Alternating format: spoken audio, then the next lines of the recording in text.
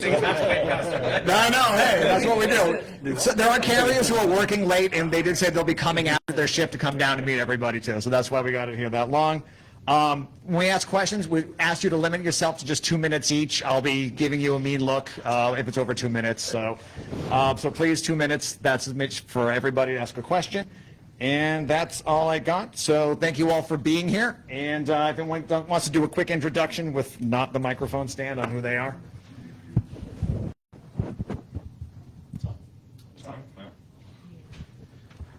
Hi, my name is James Capone. I'm president of Branch 764 and a co-host on Next Gen Carriers. Hey everybody, Paul Boulanger. I'm the president of Branch 44 out of New Hampshire, and I am the CLC candidate for the Director of Education. Corey Walton, host of From 8 Arbitration. I'll be the next executive vice president after this next election, and I'm out of Branch 4, Nashville, Tennessee. All right, good afternoon, everyone. Like this? Okay. My name is Mike Caref, Branch 11, Chicago. I am the business agent in Region 3, which is the state of Illinois, and I'm running to be the president of the union next year we have our elections.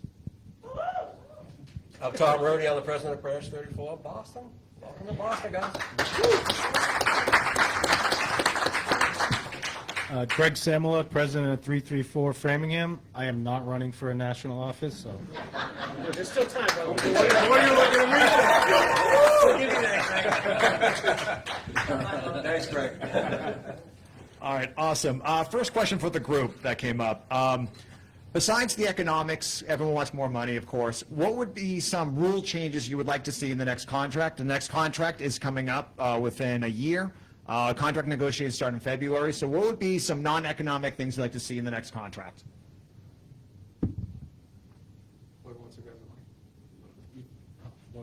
We're going to go start.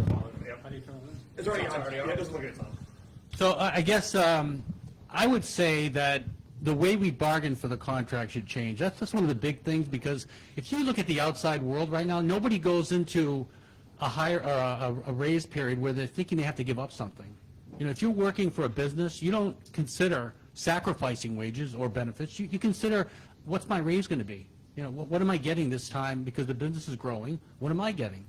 So I think that's a big mistake, is that the way that we've bargained for our contracts has not been the right way. We're looking at a package where we have to make sacrifices, and I think that's wrong. That's, I think, the big takeaway that I would give. The way we're bargaining needs to change. Agreed, Paul. I think, even though I want to do the toxic working environment, I want to do that minus management. I'm tired of having them in the room with us on that. I still believe that we need something in writing. You have these memorandums talking about the toxic working environment. I'd like to get something with a little more teeth on that, but when we take over, those things will be minus management anyway. But also, I want to dumb down Article 8, if that's what the question was about. Article 8 is as confusing as hell now, and then we've made it even worse with all these new rules and stuff that they put in place. We've got to dumb down Article 8, not that our stewards are dumb, but I think that as a new steward, you almost have to go to college to figure out Article 8. You've got two articles that you're going to deal with the most as a shop steward: 16 discipline and Article 8 overtime. Those are the two that you deal with 90% of the time. We need to help the shop steward on the workroom floor with Article 8. You've got to change that. And so however we need to do that, we're going to do it. But the toxic working environment, try to get something with some teeth from management. You're probably not going to get that, but I'd love to see some changes to Article 8. 16 is good enough. We can deal with that because it puts the onus on management. Article 8, we've got to get together, figure out how to get that to where the basic steward, day one, can understand that. You don't have to sit on social media where you're asking 8,000 questions a day on how to figure that out. So I thought someone would say the grievance procedure. I think without a grievance procedure that works, it really minimizes the effect of the contract and diminishes what the contract is we're negotiating for. So I would say the grievance procedure would be number one, fixing those problems, getting a workable grievance procedure, and then talking about the work environment. I think we have to figure out a way to get the supervisor from playing their role of harassing the shit out of us all day. I think that has to change somehow. There's more supervisors now than there ever was, and they don't serve any valuable purpose. And I think it goes hand in hand when you get into contract negotiations, because the Postal Service always wants to cry broke. And the first thing I'm going to tell them is, well, you got all these damn supervisors and managers and postmasters, let's get rid of them first. Let's let the letter carrier be a professional letter carrier. We don't have a street standard anyway, so why are we having all this unnecessary harassment that no other craft out there has to deal with? I'm talking about outside of the post office. But then you got other things like the mandatory overtime. Talk about Article 8. Simplifying it would be nice, but our goal in Article 8 is always to, if the person wants to work 8 hours and they're a full-time regular, they should have that opportunity. I think there's a lot of room for improvement there. I think we should do something with the start times and the safety of the carriers. We're out there longer in the summertime in the heat, and we're out there longer in the wintertime in the dark. And both of those things would be improved upon if we had an earlier start time. I think that's something that we should fight for. The uniform thing is a mess. It's got to work, and if it doesn't work, then the employer needs to pay the cost. But a uniform process that doesn't work and we pay the cost, that's I would start with let's get rid of all the uniforms unless we can have something that works. If the employer is going to have us in uniform, then they're going to have to finance that uniform operation, not the way it's set up right now. Then I would say the transfer process. If you never dealt with the transfer process, you're probably like, hey, that's not a big deal. But if you have, you know that thing does not work. It's from like the 80s or something like that. And then the last thing I wrote down was full-time positions. We don't have the right number of full-time positions. There's a lot of complement issues, staffing issues that can be dealt with contractually. So those are the things I put on the table, in addition to what my brothers here brought up. Yeah, I think the Article 8 thing, obviously the three of us talked about it on the last roundtable, and we're approaching the end of the first quarter with the new contract, and I think we talked about what do we expect with this equitability, the first equitability grievance. I'm waiting to see what it is for the NS days. If Chris got in 5 times and I got in 2, is that inequitable? Paul and I talked about it on the last thing. So I think the changes to Article 8, and Mike and I talked this before we started recording, is it really affected, it gave something back. And, okay, we gave something back, what do we get for that? Because I think the changes to Article 8 help management more than anything. And I will say what Corey said about the treatment on the floor, they've talked about the big subject now is NERP. We lost 46, we hired 46, lost 31,000 people.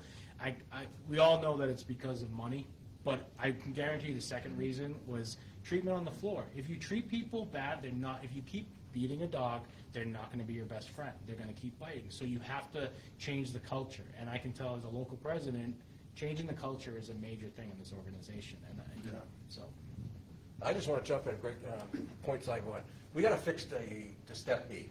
We have a lot of good things at the local level, but if we don't have a working function Step B, we can't move this stuff forward. We need more advocates. I think Paul came up with a thing to increase the regions with putting more B teams out there.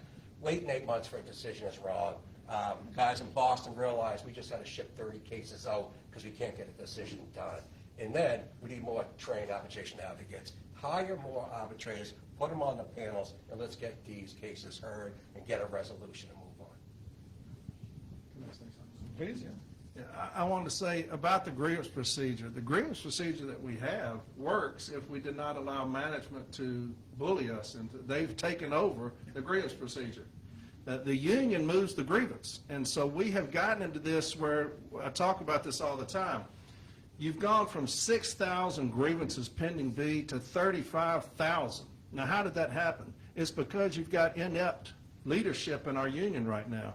And so if you followed the DRT memo, which we have, everything would work fine.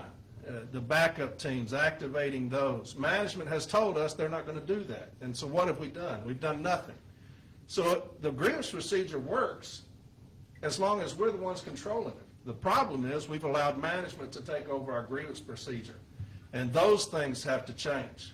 As soon as we get in, you're going to activate the backup B teams, or we're going to go to national arbitration. I don't know why Renfro is so scared of national arbitration. It is beyond me.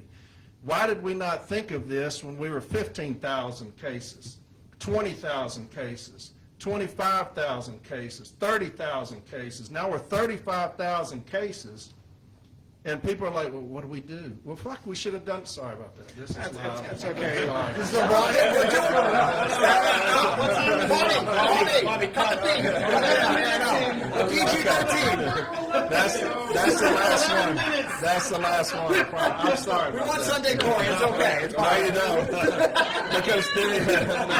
Because this really chaps my ass as far as, you've got, like Mike said, you've got people waiting on grievances a year.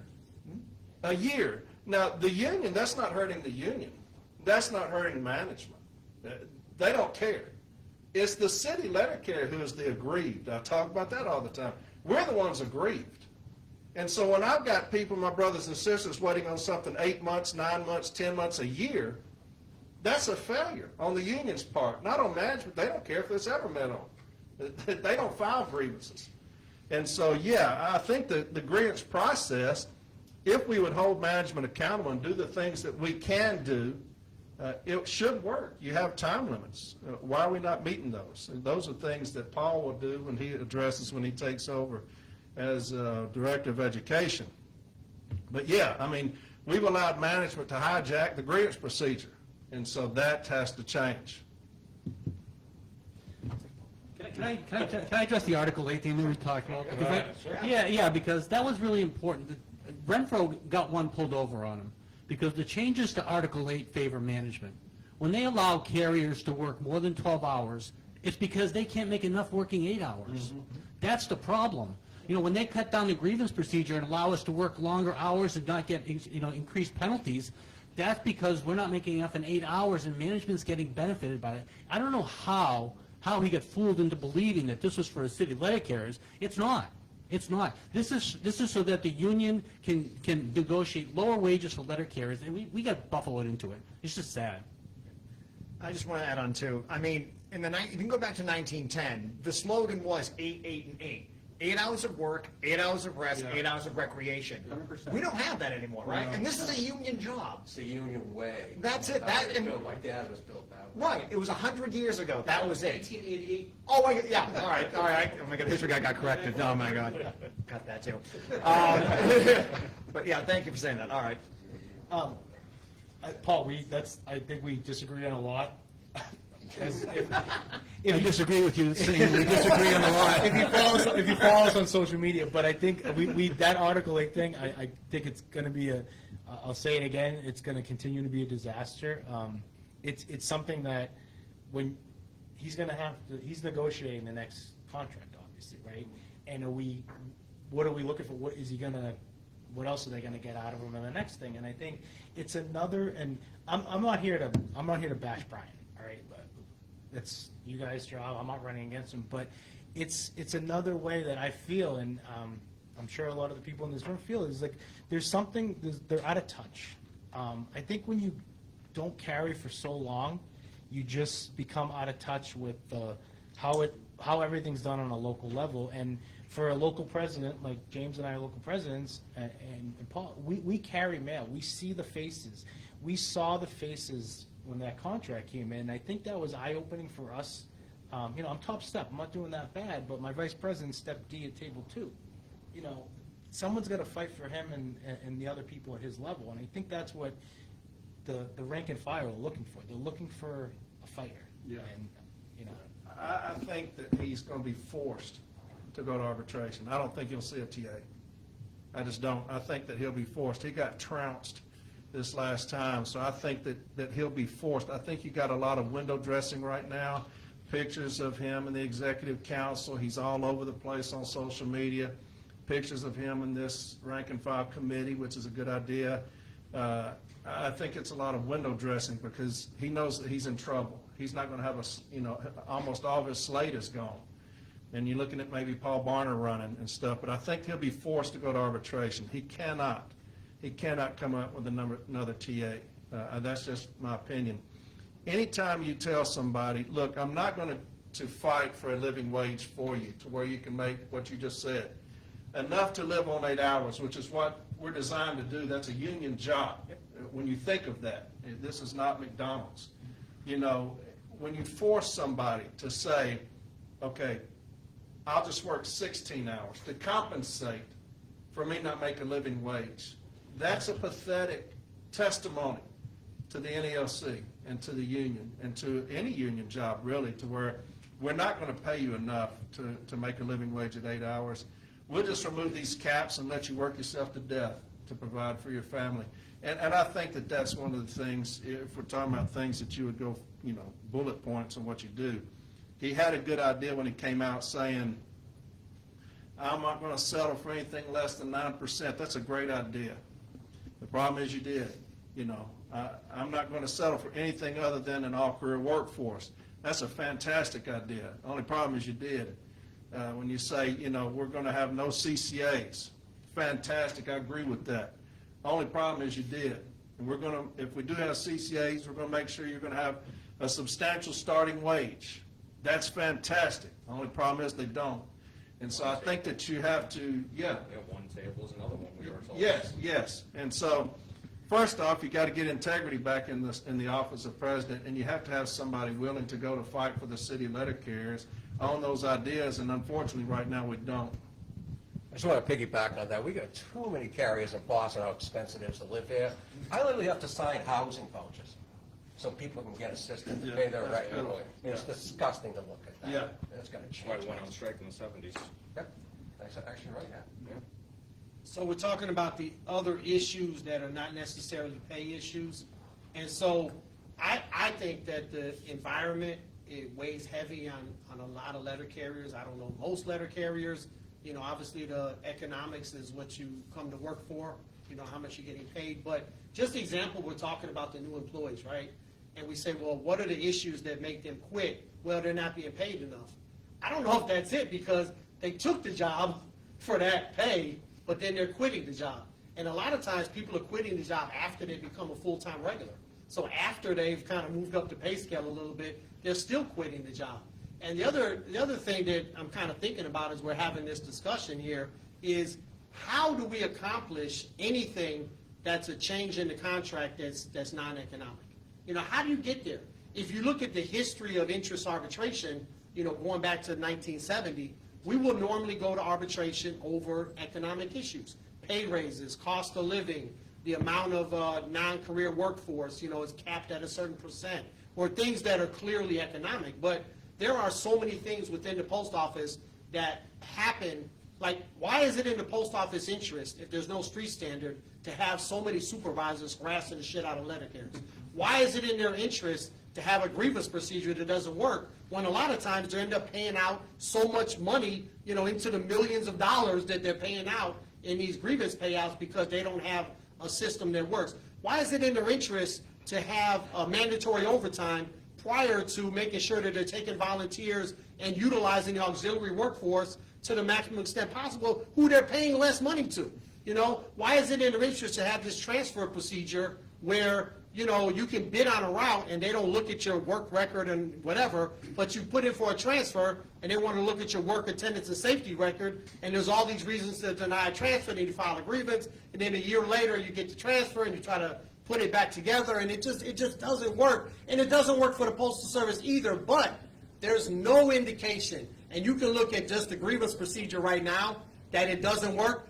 When has the Postal Service come forward to us and said, hey, we want to work with you to try to make this a workable situation? We want to work on the hiring process. We want to work on retention, the grievance process, any of the issues that are out there. The Postal Service has zero interest in working with us, and we've had very little success taking those type of issues to arbitration in the past. And so the question is still, how are we going to get there? And what I do know the answer to that question is, it ain't by doing the same things that we've always done.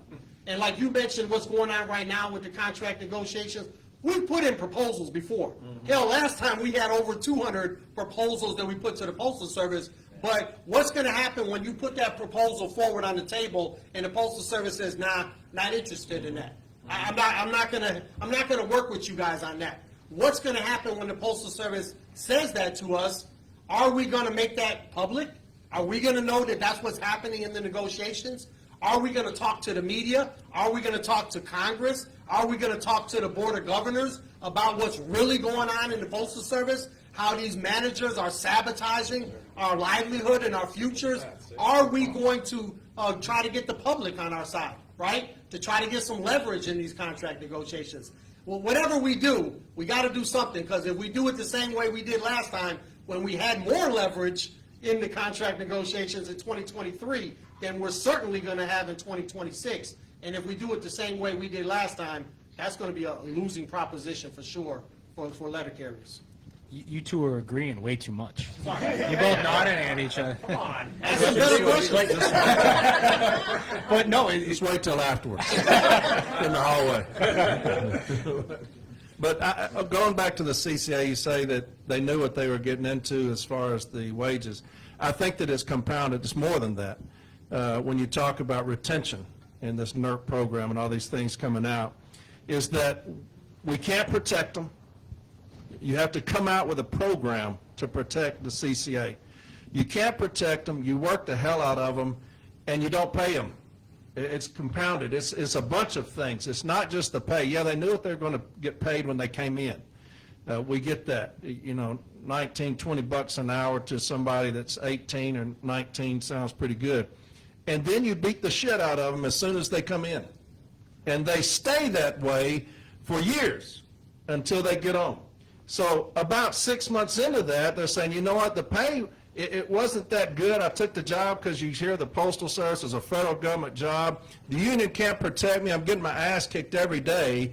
I can go do something else for the same pay and not get treated this way. And that's the problem. Yeah, they knew what they were going to get into as far as the pay, but it's much more than that. It's the attitude of management towards our CCAs, treating them like second-class citizens.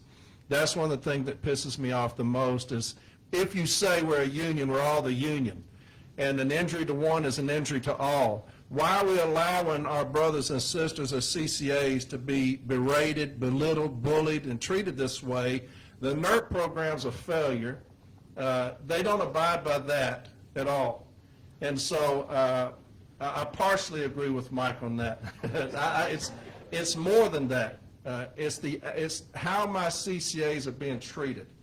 That's what you have to address, and we will. Those things will be addressed. And talking about paying out millions, that's another failure on our union's part. Is you look at what Barner has done. Hell, you look at what Renfro's done. They have conceded all of that, the steps that we take for noncompliance. Yeah, they pay out millions, but we are doing things as a union to help them, which to me is completely unacceptable. We don't help management. I don't. I'm not going to. Fuck management. I'm not doing that. I'm not in the business to help management. I just did that, didn't I? But I'm not in this as a union official to help management. I don't do that. That's not what I'm here for. I don't care about the financial situation of the Postal Service. That's not my job. My job is to worry about the financial situation of my brothers and sisters on the street. That's what I'm here for. Management can go to hell as far as I'm concerned. I can work with management. I didn't become an advocate, above average advocate, by going in there and acting a fool and cussing and all that stuff. When I get in that setting, I got very successful because I was respected by labor, because I was respected by arbitrators. But they need to understand what I'm bringing as far as an executive vice president. I don't want to hear about your financial situation. I want to hear about my people's financial situation. And that's the only thing I'm concerned about. You worried about the financial situation of the Postal Service? Get y'all's ass over there to Congress and send it like we're doing. And fix shit, and quit saying that the city letter care is going to get subpar wages because you motherfuckers are broke. And that's how I feel. I apologize for Corey. In Boston. He told me that up here is a lot different than down south. So I'm trying to fit into Boston. That's what I'm doing. Can I just add on to the financial situation of the post office? It's such a cop-out because I've never seen an organization love to lose money more and cry that they lose money when they've been losing money since '06, but they never have a problem making payroll. And three of us were at a meeting with labor last week, and they got more of POOMs and labor and postmasters making God knows what. And then I go home and I watch SportsCenter or PTI before SportsCenter, and I see the post office is advertising, and I see a nice commercial. So they're losing so much money, but they're able to spend money. And I think a lot of us would have liked to seen, all right, this is the number we can give you. This is all the money we make. But I just lost my train of thought. I'm sorry. He's talking about. And they're not swearing. So. He said, what's that guy's name? I forget it sometimes. Talking so much. All right, now I definitely lost my train of thought. Just on the financial picture, I'm going to jump in. Yep. Everyone, you work for the richest broke company in the world. Yes. They have no idea how much money they have. They can't figure out how much real estate they own, how much they lease. They don't know what the number is, so they can't tell us what the number is. Yeah. They got more money than they know what to do with. Yeah. You know, you're right. Question I have too, and kind of piggybacking on what Mike said too about getting the public involved. So contract negotiations are going to start in February, which is less than 6 months from now. I think a lot of our coworkers saw UPS and the Teamsters. Those Teamsters had practice pickets. They had open bargaining. They told every member what were their version. They're called 22-4s. We have CCAs. They told everyone how they're fighting for it, where they stood, everything. But most importantly, they went to the media and they went to the public. Do you think and I know we talked about this too, that Sunday, February 16th, would be right before President's Day. Some of us were talking about doing a rally right before in D.C. Obviously, if you're in Oregon or California, you couldn't make it there. But do you think we should? Some people might excuse. I'm going to be, I'm thinking it's a good idea. But do you think we should have a rally on the 16th in D.C. to put pressure on management so the Board of Governors will see us? Because the Board of Governors get away with a lot, but they're the ones picking the leadership of this union. Of this organization. So do you think February 16th should be a day we should organize a rally? And Chris, not only should we have a rally, and I think every letter carrier should make an attempt to be there. By doing it on that Sunday with the Monday holiday, even if you're on the West Coast, you can fly out, you can, as many people as can. I think every branch should start passing a motion in their meetings, how many people they're going to send, if they're going to have buses, they're going to send people, whatever, what kind of signs you want to put out there. And the last thing I'm going to say is we need to do that 1.3-mile march from NELC headquarters to USPS headquarters, because neither side is going to screw us this time around. Neither side. How long did you say that walk was? 1.3 miles. Ironically, 1.3 miles. We don't have one that's like 3 blocks long or something? I thought you were a mailman. I walk for a living. We don't walk. Do you guys think it's a good idea?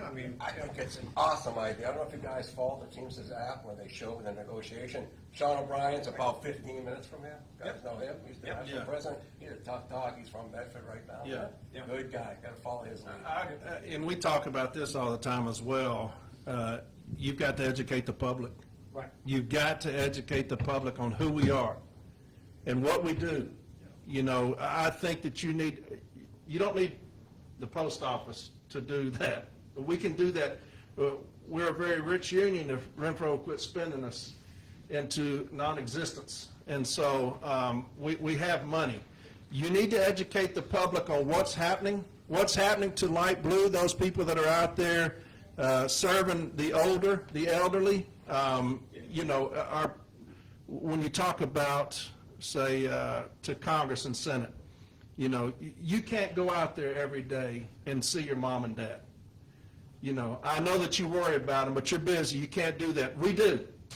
We see them every day. And they talk to us about you. They're proud of you. Those are things that we can put on TV. We can do that. And that's like Mike was saying earlier. We've got to educate the public, then hit the street. And they'll say, that's what they're talking about. It's on the news. That's what they're talking about. They're in the street because they're getting run over on wages, working conditions, And we're going to say, yes, we're going to call our congressman and say, hey, those people out there in the street, they take care of my people. Yeah. And so I think that you have to win over the public. It would be very easy because the public loves like blue. They love the city letter carrier. And I think that as well as that, and you want to hit the street on that day, go ahead and launch some kind of commercial or whatever you want to do of who we are and what we're going to do and why we're doing it. And I think that you'll have a bigger effect. But yeah, and then flood the fucking streets. Yeah. Yeah, I just want to say too, when we were talking about doing it in Boston, we want to do a contract rally. The first person we saw on the news, Paul Boulanger. You're on the local news. You made, I know, you did the rally. For the rally, not For the like rally. that. For the rally. Oh, yeah, for the rally. That's the first The one in October. Yeah, Yeah. we were one of the first You, ones to like, do it, and when you did it, it made everyone else go like, hey, it's possible. Like, we took a cue from you, like, a little bit, like, we wanted to do it. You were the first one out there doing it. So that was inspiring for a lot of us here in Boston. And, you know, I got to tell you, Chris, too, I think it's such a fallacy that the public doesn't appreciate us. You know, when we were trying to get open contract negotiations, and Brian Renfro said, we don't want the public to hear. Of course we do. Yes. Of course we do. We're the ones who, like Corey said, we're the ones who talk to their kids, talk to their parents. We're the ones who see their dogs on the street every day and know their names. Yeah. You know, we're the ones that they associate with. I don't know how we could have such an out-of-touch leadership right now where they think that the public doesn't appreciate us. I mean, you're almost walking in saying that we want a pay cut. How do you do that? I don't understand that. We're not worthy. I mean, right now, we do have a 72% approval rating in the country. Congress is at 13, you know, like, I mean, other than the Park Service, we're coming for you, but like, we are really most popular government service there is. And we, like I said, we need to use that, because during the heat, I mean, there was that TikTok video thing people saw about people saying like, what, you know, it's 105 degrees outside, don't you guys have air conditioning? And then we're like, and then you point to your fan, and they're like, like, people can't believe the working conditions, and that's how we lose the CCAs over the summer. Like, you know, it's not going to get any better. They're working a 12-hour day in the heat. If you work in Texas or Nevada, I know people, that's brutal. You know, we have it bad here in Boston, but. We receive no tax money. Right, we don't, right? They need to understand that. Yep. You know, these people, any kind of, if somebody does not like us, what do they say? Do away, privatize them because you're wasting all this taxpayers' money. We've got to educate the public. You've got to educate the public on who we are, and that goes along what you're saying. Right on. As we've seen with the most recent contract, if you were in right now, how would you deal with the delays it's taking to actually implement the things the post office agreed to? In regards to the 1260 being paid out, the OT admins aren't running correctly in most stations, CCAs and PTFs aren't getting their forwarded annual leave. I've got one answer for that. Let the stewards file the grievances. I can't believe we've taken the grievance process away from our stewards. We put it in National's hands, and we put no time limit on compliance. It's beyond me that stewards have been neutered. I mean, this is what we do. Unions fight, and you've taken away our ability to fight. I just think that's incredible to me that we can negotiate this MOU where we're not even allowed to grieve a violation. I mean, you've taken away the right to get a compensation for the violation, and you've taken away the right to even grieve it. So where are we? You know, we have to change that. We have to let our stewards enforce the contract. That's a great point, Paul. I think that traditionally, the national union doesn't understand that when you have good stewards and branches are getting these remedies, these escalated remedies, these payouts, that's leverage. Mm-hmm. That's leverage for the national union to negotiate better terms. Say, okay, you don't like the result here, we're going to kill you if you do it this way. Maybe you want to do it the other way. You know, you give them a different option at headquarters because now you have all that leverage because you're stacking up the grievances and you're winning a lot of money for the members, which, you know, we'll take the money too, right? But I think that also, I don't know, sometimes I laugh when I look at some of these memorandums and these things we agreed to. Like, you know, that 2009 memorandum. Why would we agree that, so we had the right, if you go over 1260, you file a grievance, it's a violation. We agreed to implement a new contract change, which said that it was going to be an automatic pay. It's no longer a grievable situation. You can violate, you know, we agreed to all that, knowing that the Postal Service didn't have the capability of implementing the super penalty pay rate. they didn't have the capability with their software or whatever to implement the 2.5 times pay rate. It's like, all right, as soon as you guys get it together, let us know. But in the meantime, we're going to keep filing our grievances. Why would we agree to cut off our grievances at July 1st and they don't have the software programmed so that they can put in, it's just one example, but you see a lot of these memorandums that just, you have to, it's like any grievance that any steward does, right? What is the actual language of that settlement? It matters. And sometimes we agree to contract language, we're like, what the hell is that? Have you guys looked at the contract language on the uniform rollover? It's just whack. It's like, why did we agree to that? It makes no sense, Anyway, there's a lot of things in the contract that it just defies logic of why we would agree to that type of language. A good question to ask too is, do we have any problem with the exclusion period, the 3-time exclusion period in December? Is there ever any confusion on them taking the money back from us? It's instantaneous, right? We don't have to give them money back because they accidentally paid us. So why is it so hard for them to not get our pay right? It's not hard when the money's going in their pocket. So we've been so fooled by this whole thing that they can't have a computer program figure this out in 5 minutes. They have no problem at all when it's their money. I mean, how many of us were shocked when that back pay was there? I was nervous that I was, and then someone posted it on Facebook that it's down in Tennessee first, and they got it first, and I'm like, oh God, are they spreading it throughout the country? How sad is that? We're shocked that we got money in the paycheck. Why do we have to feel like that? And then the 1260 thing happens, and thank God it's not in my office. I know Capone's dealing with it, but it's just another thing you have to take, right? And when was that 1260 happening? It was happening during, I don't know about the rest of the country, but it was pretty hot up here the last couple months, and it's happening in the end of July. You got PTO, you got regulars working 60 hours. I had 4 guys in Nantucket. I won't even say the hours what they worked, and 100, close, but they're expecting that money, and it's not pennies. It's $900, and that is your money. And what would the post office say if you took too much time on your route? You're stealing money. But then when we don't get them, it's a glitch. So it's just like another thing. It's like the Keystone Cops, another thing that goes wrong, and it's like you should be banging on the door, being like, I already accepted this contract. We saw what happened with that. Now you can't even pay them the 2.5 they're owed. What is going on? And that's It's insane, guys. We, in branch 34, pay period 16, we had 5,226 violations of 1260. They're not even getting close to getting done with us. It's insane. These guys are going to have to wait, like you said, months for this. And it's unacceptable. It should be done now. Or some kind of penalty should be put on it. $10. And you can't grieve it. And you can't grieve it. You can't, That's the part that kills you. Never, ever, as a union, anybody that's dealing with the union, don't ever put anything into existence, put pen to paper that takes away our right to grieve. Don't ever do it. And this buffoon we have at the top consistently does that. I don't get it. Why would you sign a memo that leaves the payment to management? You give them 100% of the authority to pay with no repercussion. That's what Paul was saying, what Mike was saying. No time limit. That's pre-arb 101, a date to pay. It'll be not paid no later than this date. We don't do that, and this is a skillful negotiator doing this shit. And you've got, like Mike was saying earlier, when you talk about compliance, this is another thing that Renfro has done to take away an escalated monetary award on that memo that you're talking about, because I can't grieve it. The steward can't grieve it.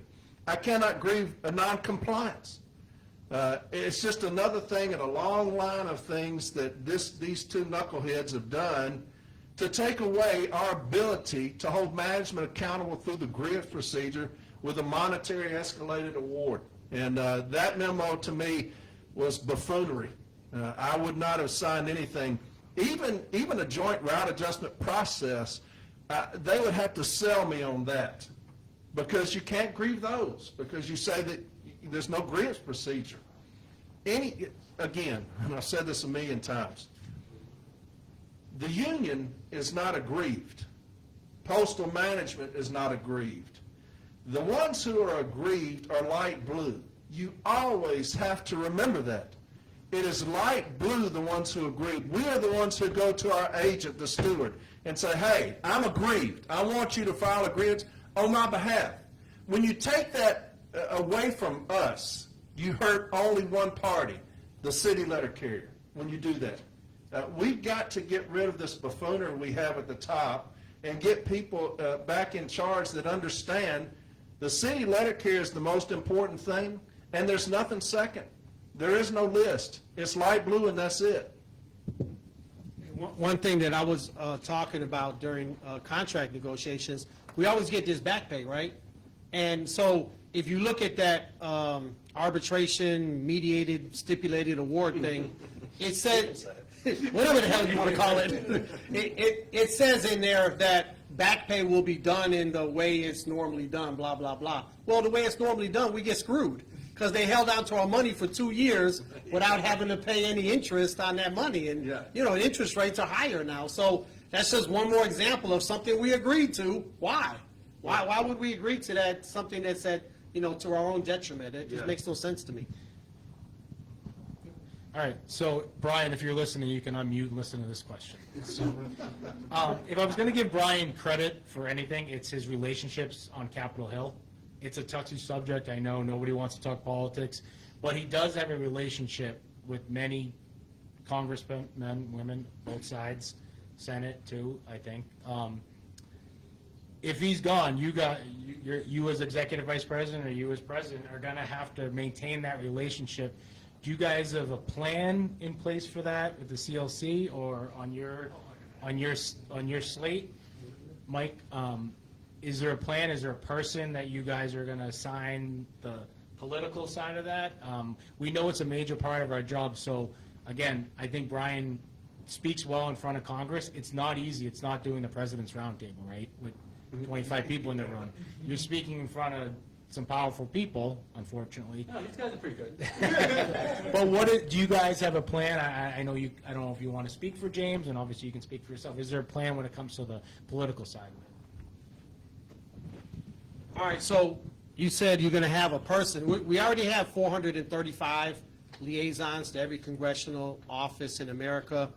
We have about 500 plus letter carriers in every congressional district all around this country. That's really our strength. And you talk about President Renfro's relationship on Capitol Hill, and I do agree. I think we do a good job with our lobbying, and I think we do a good job with our public presence, you know, on Capitol Hill. But the way to make change is with those, you know, having those relationships with every single congressional office and the senators at the grassroots level. And that's really, if you look at our legislative successes over the past 10 or 15 years, they've really favored the Postal Service and not as much favored us. The things that we need to get passed, we always run into a brick wall and we're having a hard time getting them passed because, you know, at the end, though we don't have the strong enough effort. In other words, can we go tomorrow to 300 to 400 of our friends in Congress and say, we want to get the Retirement Fairness Act passed? Well, apparently we can't because we haven't been able to do it, you know? There's a lot of things and a lot of concessions that we make legislatively because our program is almost solely based on our relationships here in D.C. and our lobbying effort in D.C. And what I would like to do is work with those state associations, which we have, you know, 49 state associations, and work with those congressional district liaisons to make sure that we have a good working relationship and we can get our agenda passed with all of our congressional reps and senators and that kind of thing. And I think that with our political power, we got to turn that on to where when there's a race out there and a congressman or congresswoman is not acting right, and we can get somebody else in there that will advocate for our issues. Now we put the full force of all of our people out there. We've run a campaign starting with the 500 or whatever letter carriers that live in that district, but also in conjunction with other unions and the community and people that support us and support our issues. I think we got to have a stronger political program, and I think our legislative program has to be grassroots based. That would be my answer to that. Yeah, I don't think a lot of people understand that we already have people hired to do that. It's full-time, that's what they do. And like Mike said, bolster that. I think that we do, of course, I'm not in there, but to me, everybody needs to understand that this is not a partisan issue like blue, the city letter carrier. That's the reason I believe that we need to go hand in hand with addressing the public on who we are. I think it would make it an easier sell for us to go over there. The reason Renfro is successful is because he's so dishonest. He fits in over there with that. And so it's birds of a feather flock together. And so, you know, he's one of them. And he speaks well, you know, and if that's all it took is to speak well, hell, we'd be in good shape. You got to have a heart for the city letter carrier, and that's when you go talk to them over there, they understand that you're about one thing and one thing only, the city letter carrier. You've got to love the city letter carrier with all your heart. And if you go over across the aisle on both sides and they understand that, I believe that they would be willing to do more than they are now. I think it's completely unacceptable when you look at these bills that come out. You've got all Democrats and 2 Republicans. To me, that's atrocious. Why is that? Is that our failure? Are we failing right there? Can you not have anybody with an R in front of their name side with us on an issue that's common sense? I mean, you got some common sense type bullshit up there that they won't sign off on. Why? What are we doing? Where are we failing? Maybe we need to hire some more people, some different people to go across the aisle. But I'll never buy anything about Renfro doing anything good. As much as he's hurt my people, I will give him no credit for shit. I've got a snake oil salesman as a president of the greatest union in this country over the greatest individuals in this country. And he's nothing more than a snake oil salesman, and that's all I'll give him credit. He's good at that. I'll give him that. But I won't buy this shit. He's good at Congress and Senate and everything. Have somebody go over there that loves me and loves light blue, and he can sell anything. That's what we do. But, yeah, like Mike said, those things are already in place. Those people are already in place. You know, do we look at hiring some that are not as friendly to go over across the aisle with the people in the R in front of their name and sell us? I think we're an easy sell. Of course, I love light blue. I think we're a very easy sell. The bills that are coming forward right now, to me, are common sense. Why can I not get people to sign off on that? Where are we failing that? That's something that you need to take a long, hard look at, and that's something we will. Yeah, I mean, I do. Oh, you want me to speak? Yeah. I thought I had to stay to that one. I really don't give a shit whether you got an R in front of you, a D in front of you, or an I in front of you. If you don't care about the American union worker, especially letter carrier, we don't support you. It's time to put the whole fucking whole politics aside.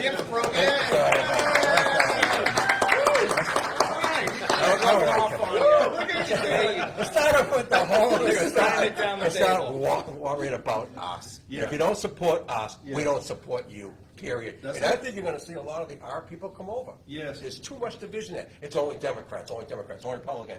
No, I don't give a shit. If you don't support us, we don't support you. And Tom, you know, I'll bounce off that. I think if somebody doesn't support us, it's because they don't know enough about us. Yeah. They need to be educated. So we shouldn't say because those people don't support us, we're just going to leave them alone and just keep buying flowers for our people. We have to reach across the aisle. We have to talk to everybody and educate everybody because everyone can be our friends. I mean, we're the U.S. Postal Service with the NALC for crying out loud. Like you said, it's the American worker. Are you going to tell me that you're against the American worker? That's an easy sell to me. Are you against it? Because right now you look at the Republican Party, they're trying to say we are the party of the American worker. Then put your money where your mouth is. Why are all these bills coming up with the American worker? And I got 2 people on there from y'all side. Are you for the American worker or not? If you're not, like Mike said, we will expose you. And we will make sure that your constituents understand that you are against the city letter carrier, those people that you see every day. To me, I don't see how anybody can be against the American worker. I think that every company in this country should be unionized. That's just how I feel. I think that the union is that important. Unfortunately, my union has sold us the fuck out. And, you know, we're at the bottom level. I will never understand that. As far as the union is concerned, the upper echelon of the union, talking about the top two. But like Rooney said, it's about the American worker. How can we not sell that? What are we doing wrong? No, I just think what Mike said earlier, and it's something that's been a bone of contention for me, is we don't, if someone doesn't support us, we don't try to back their primary. It's like they have to be an incumbent for us to give them money. I think we should really start holding that check we send them. I don't know if we send them every month or quarterly. Yeah. If you're not going to support us, you're not going to get the check. Now, Chris and I and Capone have dealt with this locally, where Captain Clark, who gets a check, she spoke at our convention, and we were looking at HR 70, and she did not co-sponsor it. And the reason is, well, we don't want to play, her and Hakeem Jeffries, the two top Democrats, don't want to play favorites with bills. And I said, well, our opinion is, well, wouldn't you want to play favorites? So here are two people that you would expect to sign on to HR 70, and you look down the list, there's 209. 219. There's a lot of. It's a majority now. It's a lot of Also, R's and a lot of D's. anti-privatization, that's But the one. two of the top D's are two people that you would expect to support it, and they're not. So it's like, all right, you came to our convention, you're not going to support us. We mailed them letters, didn't hear back, and it's like, I have a problem with her now. Now, her one saving grace is her opponent in the her last election was my postmaster for a year, and she was one of the worst human beings I've ever met. So Catherine gets a pass there. So, They say all politics is local, and like I say, we have our state associations, and we don't listen to them enough. We don't talk to them enough to try to find out not only what is our relationship with that congressman or senator, but also what's the political landscape. Do we got a chance to win over there? Can we get somebody else in there? If the state association thinks that we can win an election, let's, as a national union, let's put all our resources into that. That's fine. There's places where there's very contested races where we want to put all our resources into. There's other places where, we're good. And so we don't have to put our resources into that. But it's just a much better strategic planning politically, I think, would serve us, and utilizing the state associations that we have instead of just ignoring them as if they don't exist, which is, I think, the way the thing is structured right now. Yeah, if I could just add on too, I'm also the legislative political director for Branch 18 where I'm at, and a lot of people take for granted that, like, well, if you're a Democrat, you support us. But as we're finding in Massachusetts, we have 7 members of Congress. There's 5 of them who do not support. We have 3 bills: Protect Our Letter Carriers Act, Anti-Privatization HR 70, and the career buyback time for people like me, TEs, casuals. It'd be allowed to buy back time for time served. They're not supporting that. We don't have that, but we have 18 Republicans who are supporting HR 70. But we have so I think you're right, Mike. I want to say, like, all politics is local. I think donating money is one thing. Donate to the LCPF. But I think we should nationally be organizing rallies outside of their offices to put pressure on them. Like, where are you? Like, that's what we're not utilizing, because I know money and donations, it's good, but we're organizers, right? We should be organizing a rally out their office. We're not going to burn the place down. We're just going to say. Are you sure about that? Cut the feed a little bit. We're going to plan B. All right, we're going to start nice, but we did Greg and I, and Capone too, we did petitions. Like, we had a member sign, and I'll say, like, to give credit, Congressman Stephen Lynch, a friend of the city of Letter Carrier, he's 3 for 3. Huge. He did support HR 70, which that's his legislation here in Massachusetts. That's good. We like him, and he came to our rally, the Fight Like Hell rally. He spoke. That was good. But like your Representative Catherine Clark, 0 for 3, not supporting any of our legislative deeds. And I think that's why do you think we should maybe think about organizing rallies? Because I think that's more effective than money. Do you think that they're actually taking us for granted now because we're all Democrats? Yes. Where is our state branch, our state letter carrier branch on that? Yeah. Sorry.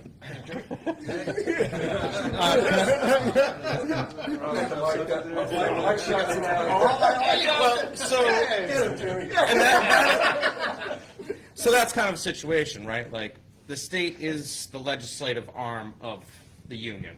Originally, they're education and legislation. They took away the education part and made them just legislative.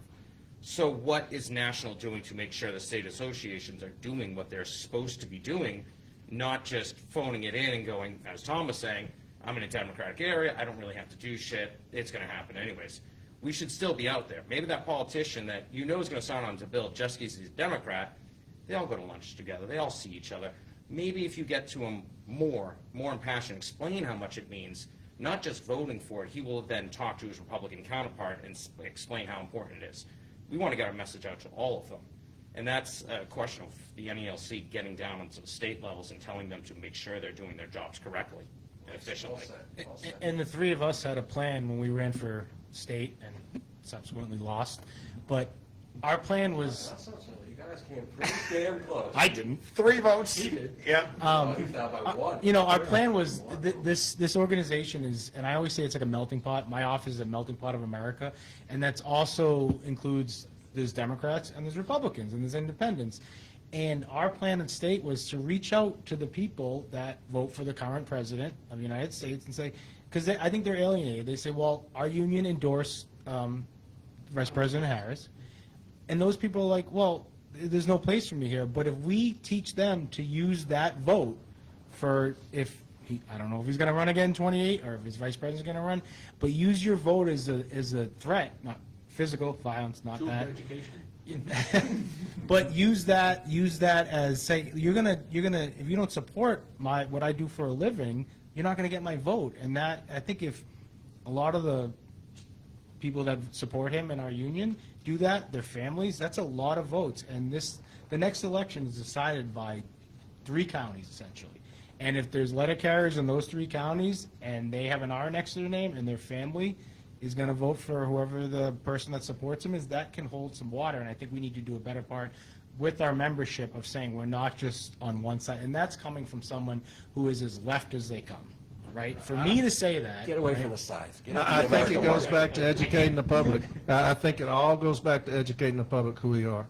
Because you can get R's and D's and I's and all that to agree with that. Who we are, why we're needed. You talk about COVID. Look at us, you know, we're that important. We are the backbone of the U.S. Postal Service. And so I think that, again, it goes back to, like you were saying, you've got to educate the public on who we are, and I think that would make these things, these conversations, a lot easier to go up on Capitol Hill, wherever in the state. I think the state, to your point, needs to understand that their job is more than just having a state convention each year and talking about politics. I think that they need to understand that this is year-round. What my job is in educating. Yes. I think a lot of these state presidents feel like their job is to set up a good state convention, go and make sure you have good facilitators that talk about legislation, and then I've done my job. That's 10% of what you should be doing. That's my opinion. How many carriers don't even know that they're part of a, say, association? Yeah. What does that even do? 90% What are you no talking about clue. as a state president? You have What is how that? many active carriers across this country that have no clue they're part of a state association? What if you activate them, get them out there to talk to their friends, their family, their customer? They can get 2, 3 people to support us. What do we have, 1 million people at that point? Yeah. There's a lot of strength that can be done Look, at it the would have state been a level. turnout for our march on Labor Day. State was Yeah. running that. Yep. We Yeah. got it out to everyone. Everyone kept coming. We wanted to go. Didn't know anything about it. Yeah. That's What all is a right. march? What is that? What's a root? All right. Jumped on up here for saying that. I just want to say, so right now we're getting close to the end, so this will be the final question. Then we're going to turn them to the audience, and Matt will be doing internet questions too. So this is the last wicked good question we have, kid. Throw it in there. So the Grand Alliance, which is on paper is all the letter carrier unions that are supposed to bargain together. We don't do that anymore, right? All the postal unions getting together. The idea is if we bargain separately, we get a better deal, but it seems like all of APW, the rural carriers, they've all been getting horrible contracts. Do you think it's time we should negotiate together again? No, absolutely not. Oh, okay. Absolutely not. We are not them. We are not the APW. We are not mail handlers. We are the city letter carriers. And we are head and shoulders above them as far as what we do. I'm not going to tolerate going into a national arbitration, a binding arbitration, interest arbitration, and saying, hey, we're all here together because we're all the same. We all deserve the same. Absolutely not. We are different. We are better. We are special. We need to start acting like that. I see on social media all the time people saying, well, the APW got that. They're not us. I don't give two shits what the APW got. They don't do what we do. They have no idea what we do. And so I think that that's a horrible idea because we are not the same. We are not the same as APW. They get 100% COLA. Shit, we don't. You know? And I mean, They get more than us, their contract's better than ours. what is that? Why? How many clerks y'all know that ever got bit by a dog? Heat stress. How many clerks have ever died from heat?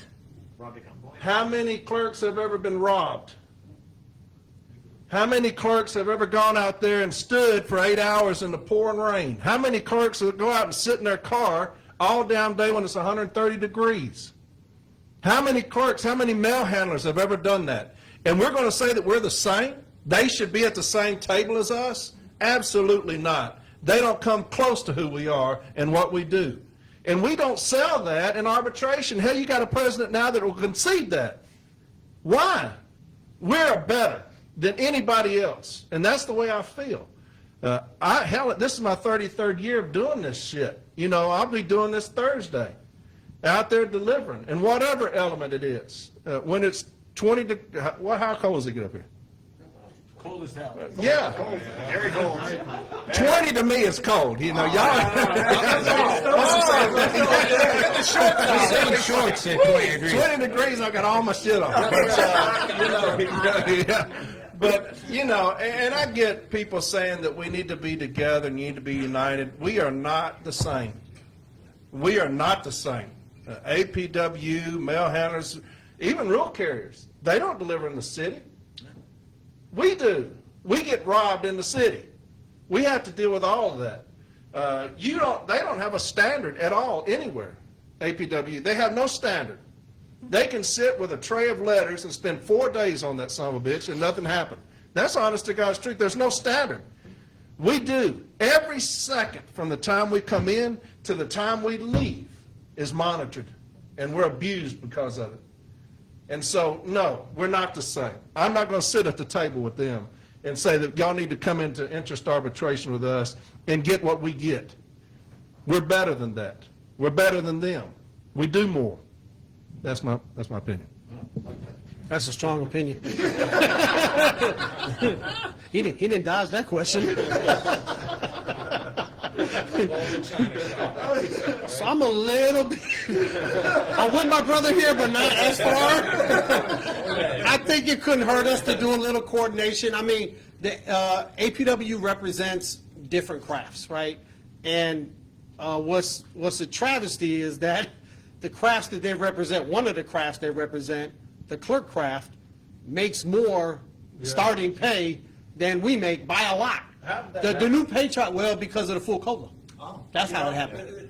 That's how it happened. The full COLA it's $2.32. You look at the September 6 pay charts, the level 6 clerk versus step B, which is the lowest step letter carrier, $2.32 more. So I just think that there's, and then it'll keep separating. I think the last COLA separated it 16 cents more. You know, because we're not getting the full COLA, we're getting a prorated COLA, and they get the full COLA at every step. I just think it's too far gone for us to really actually negotiate together. So that's why I say maybe we can coordinate some things better. But we have so many problems within our craft, and the pay structure is all wrong. You know, like Corey said, the pay structure for a city letter carrier should not look like the pay structure for a clerk. It shouldn't look anywhere similar. No. You know, we should be here, and you know, if they're here, God bless them. I want them to make as much as they can make. But if they're here, we're here. Yeah. You know, we got to be 2 steps above that. You know, looking at yeah. We won that in 1999. I'm not following Corey on that one. I was waving the red cape. You ran right through that. I'm all set. What is both of your opinions, or the four of you, on not obviously negotiating together, but getting more involved with the Amazon and FedEx in terms of unionizing? And if the four think about Amazon, FedEx, UPS. I guess I don't have to finish the question because I almost got jumped on the Yeah, table, but I think- aligning our contracts with each other for maybe a big day of something happening in the near future, not near future, but in the future, so. Well, I don't know about aligning our contracts. Obviously I didn't listen good enough. Mike dealt with that, organizing Amazon in an impossible place, Alabama. You know, the further south we get, you know, the more anti-union it kind of is. We need to make headway there. But, you know, how are we going to do that with Amazon? They're not unionized, you know. You got, who else did you say? Is it impossible to recruit them into our union? Yeah. We could organize them. You can organize it right out. Yeah. There's nothing that stops us from it, and we don't reach out to all these people. I think that's 100%. You're right. Sorry, Mike. And that's what you're doing. That's what Yeah, you're so we do a very good job. We're an open shop. There's all the government employees are open shops, and you look at even the APWU, the rural carriers, the TSA workers, whatever, none of them are organized way above 90% like we are. We are very good at organizing. We're very good at bringing everyone into the family. But what we don't do ever is do any external organizing. Yes. Why don't we make it a point to organize all of the delivery drivers out there? Yeah. The Amazon delivery drivers, the FedEx delivery drivers, whoever wants to set up shop as a delivery company, we're going to get those people into union, either our union or someone else's union. And I think that most unions, when they do organizing, they hire mainly like college students. They hire young people to go with. You've done some organizing before. I was FedEx You- Ground, for the warehouse workers. I just think that we, with our experiences internally organizing, and because we're actual letter carriers, we kind of speak the same lingo. We do. I think we would be successful. Yeah. And we're sitting on our union is, you know, Corey alluded to it earlier. We have a lot of money, and one of the things we could do with our money, and it wouldn't take a whole lot, is invest into some plans to do some external organizing of Amazon delivery drivers or FedEx drivers, and see what type of success we have, and see if we can learn some lessons, because it would help us in our contract, and it would help them to Level be- the playing to be union. field. It would Right. level the playing field, because right now, instead of us raising up the Amazon drivers, the post office is trying to treat us Yeah. like Amazon throwaway workers. Yeah. That's what's happening right now. Yeah, it can do nothing. It's not wasted money. I don't care how much you spend, it's not wasted money. Because, like I said earlier, the more unions, the better, especially in what we do. And so, yes, like I said, Mike was going down to Birmingham. Bessemer, Alabama, you know, trying to get them organized. And why are we not spending large amounts of money getting out there, trying to get those people organized? Obviously, they're going to be, you know, Amazon is terrible about union busting. Right. You know, they came out in force about Broke that. the law and got away with it. Yes. Yeah. Yep. We need to be the hammer. Y'all want to come after these people, keep them from organizing, brother, we'll meet you in court. Whatever we got to do to help them out. If we got to hire the fucking attorneys to do it, because if they're organized, it does nothing but help us. Absolutely. As city letter carriers, as a union. FedEx, whoever else, you know, they always want to compare it to them. Yep. DHL. Yep. You know, we go into collective bargaining. Well, DHL does this, and that. First off, they don't do what we do. But I think that anybody that's in the profession that we do, we should spend large quantities of money trying to get them organized, because it can do nothing but help us. It's not wasted money. And we certainly have the money, right? Yeah. It's eye-opening. I'll use the B word, it's $1 billion company, essentially. Yeah. It's a business. Spend that money for good, start organizing people, make a change, and we'll all get paid more money, and maybe we'll all get treated a little better at the work. Can we all agree that on January 1st, 2027, that the bodyguard's going to be fired? All right. So we got that much, we got that money in the bank too, right? Okay? All right. That was a good one. December 2020. Bodyguard, fired. You guys, you writing that? Good, all right. All right, we got to pay some bills now. Chris P. here took it upon himself to rent this room. It wasn't cheap. We're not asking for a lot. but I am going to make I'm going to call it a Table 1 contribution to Chris. I'm not expecting other Table 1. If you want to do a table, I'll call it a Table 2 contribution. There's a QR code here. I'm going to scan it right now. It's going to be up here. We're not asking for a lot, but Chris did spend almost $1,000 on this room. Contribution. I'm going to do $100 to Chris right now. Chris will be my witness. You can hold the mic. Yeah, I will witness this. This is great. The QR code will be up here. I'm going to do it right now. It's pretty easy. Venmo. This is probably boring. Sorry, Murph. Whatever I got in my pocket.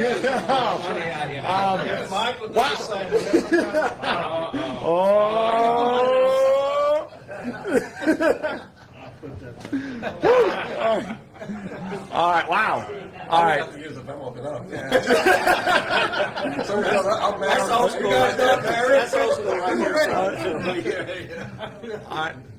All right, thank you, thank you very much. The extra money will be going towards, we've been doing, with Massachusetts Build a Fighting NALC, that's where I stand up.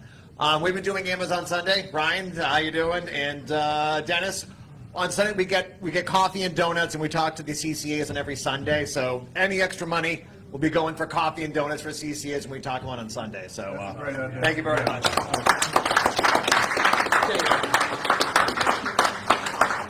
All right. So now for the next section here, we're going to do for about an hour and a half, and we got some questions from the internet too. But if anyone has a question for anyone here, yep.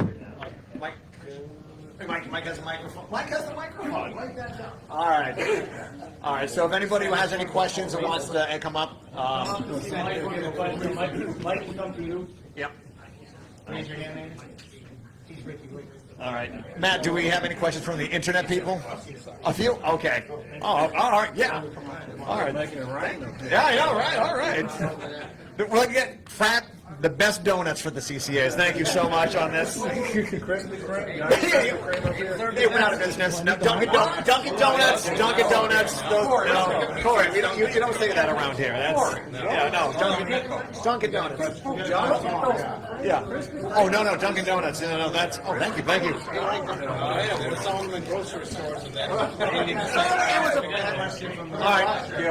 All right. Also, just name your name and the branch you're at. That's all we ask, and then go right ahead. And just 2 minutes per question. So that's all I got. That's it. Yes, we're ready. Yep. Tony Scrivano, branch 34, retired. This is for Corey, I guess, right now, or Paul. By the way, thank you, everybody, for coming to Boston. We appreciate it. So I'll have one for Mike, too, but CLC. I noticed a lot of your website has things that you're going to get for the letter carrier, for the active carriers. The thing on the toxic environments and more money. And my question is, what are we going to use, or what are you guys going to use for leverage when the postal office says, hey, we're not going to do this? Yeah. First of all, I don't think that anything's on the website saying that we're going to get any kind of compensation. We will definitely fight for that. That's something that any kind of advocate will tell you. I'm not going to tell you anything I'm going to get. I can tell you what I'm going to try to get. As far as what we call the dogs of war, the toxic working environment, I don't care about management. That's what people need to understand. I don't care if management, at the informal, formal, whatever, I don't care if they come to the table or not. This is going to be outside of management. People say, well, we do that in regional levels, these teams. The problem that we have, besides our success rate is deplorable, is the fact that a lot of these business agents are in the pocket of a lot of these district managers and stuff like that and AVPs. We've got some lousy-ass business agents in this country. I'm talking about lousy. And so they're of no use to us. And so that's the reason I wanted to do this at the national level. We're going to send these teams out. We're going to train them, educate them at the national level, and send them onto the workroom floor. We're going to arbitration. So I don't care, like I said, I don't care about management, truly. We're going after their own. And so we will get district managers involved because, like I've always said, it's about an inconvenience. They don't want to be inconvenienced constantly over one of their people on the workroom floor being a bully, harassing us, intimidating us. And you have to get those district managers into arbitration. You can do that. You can subpoena them. I know that there was somebody that came out against me the other day talking about subpoenaing a witness that was a carrier. Foolish. But you can subpoena management. And so you have a district manager coming in there, sitting there explaining themselves why they have a postmaster or a supervisor or a 204B that's causing such a disruption. And to my city letter carriers, you will see a change. I promise you that. But we're going to handle that at the national level. That way, nobody will come to me on management side and persuade me not to do it. Once we target somebody, once those vital few are on the list, they will not come off of that list until we remove them from the workroom floor. The main thing, my main thing, that I'm going to address when I get in is the toxic working environment, because it is the single greatest thing that harms the city letter carrier. There is nothing in second. You talk about non-compliance and things like that. That does not cause the stress to my people like a toxic working environment. I have people going home and taking that to their families, their kids, their spouses, because you have some son of a bitch on the workroom floor who's trying to make it impossible for them to come into an harmonious working environment. So yeah, we will handle that. Paul will handle that as the Director of Education. That will be under his purview, as well as the Director of Safety and Health. But that will be my baby. That's something that I'm going to handle, because I'm tired of seeing my people hurt every single day by the same fucking managers that have decided to take it upon themselves to hurt us. And so we will handle that. That's a promise. But I'm not concerned about management in that process. They can meet with us if they want to at the informal, formal, whatever, DRT. My goal is to get it to arbitration. You want to be an inconvenience? That's where you take management into arbitration. You want to be that consequence that I talk about? Take them into arbitration, have district managers have to sit out there all day long, waiting to come in there and sit in that hot box in that chair and answer questions as to, hey, Paul Boulanger sent you an email saying that we're going to come into your station, this station, because you have a manager that's got this history, and you've done nothing about it. Why? Once you start doing that, once you start being that inconvenience, you'll see a change on the workroom floor. I don't trust half the business agents to do that. I think a lot of them are cowards themselves, and so we will deal with that. What was the second question? Well, thank you, brother. Real quick, Thank you, brother. I appreciate that. Corey, I wanted to mention, you mentioned the toxic work environment. Yeah. So the postal inspectors released a report that there was 201 suicides of letter carriers in the fiscal year of 2023. That's more than quadruple the 47 suicides in 2022. It's more than double the national average, which is of 14.2 per 100,000 deaths. Yeah, It is a toxic problem that If they that have not don't looked get your blood boiling, at. Yeah. then you don't love the city letter carrier. I'm telling you now, that will be numero uno on my list when I get in there. That will be day one. We will start training, educating those that have signed up, and we've got several hundred that have signed up to be on those teams. We will educate them as far as every step. Article 17, how you're going to get into the station, how you're going to prepare those grievances, things that you put into the grievance. And I'm going to get long-winded here, but some of the things that I put into the grievance are the closing briefs of management when they went before Arbitrator Snow in his initial case, that landmark decision on the JSOV. And you've got some RAAs and business agents saying, don't put that in the file. How asinine is that? That goes in the file because arbitrators love to read. And what is management's argument when they come into there? You're taking away their due process. You're taking away their MSPB appeal rights. All of those arguments were made in front of Arbitrator Snow. Every single one of those arguments were made in front of National Arbitrator Snow, and they're in that brief. And you will tell the arbitrator, all these arguments that they're making in here today, National Arbitrator Snow's already heard those, and he's already ruled on those. We can hold management accountable through the JSOV. And so, yeah, as far as management, people say management's not going to go along. Fuck management. I don't care if they go along with me or not. we're going to arbitration, and we're going to have management in there that we've contacted to answer to that. Why are you still allowing these people on the workroom floor to hurt my people? I wish I was the advocate for that, but we have people trained for that. Thank you, brother. That's an excellent answer. I appreciate that. Yes, sir.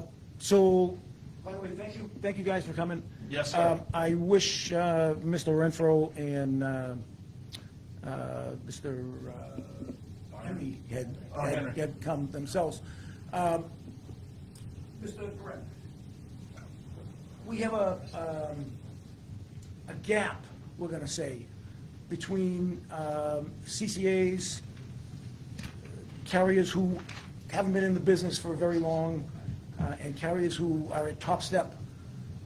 There's a difference in thinking, there's a difference in pay, there's a difference in everything. Work methods, you name it. What can you do to provide unity and leadership to the membership? All right, good question.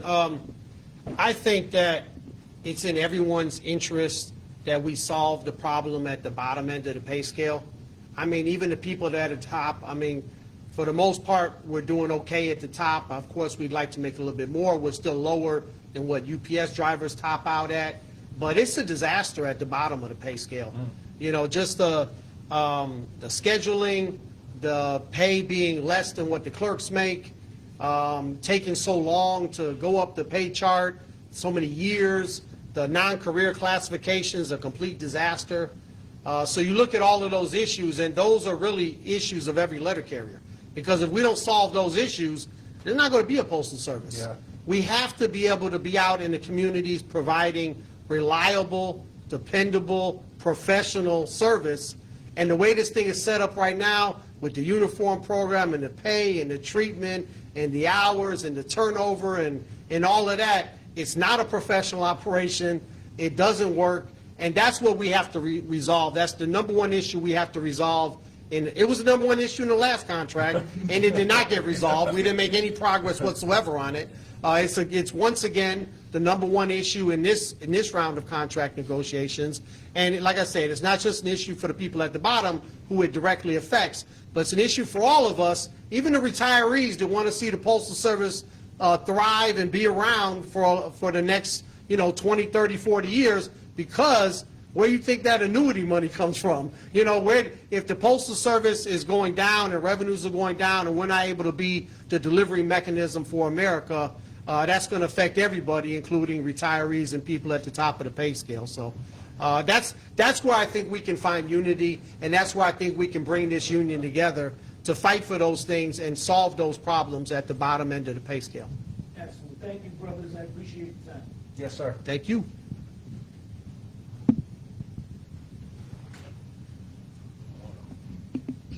Thanks, Mike.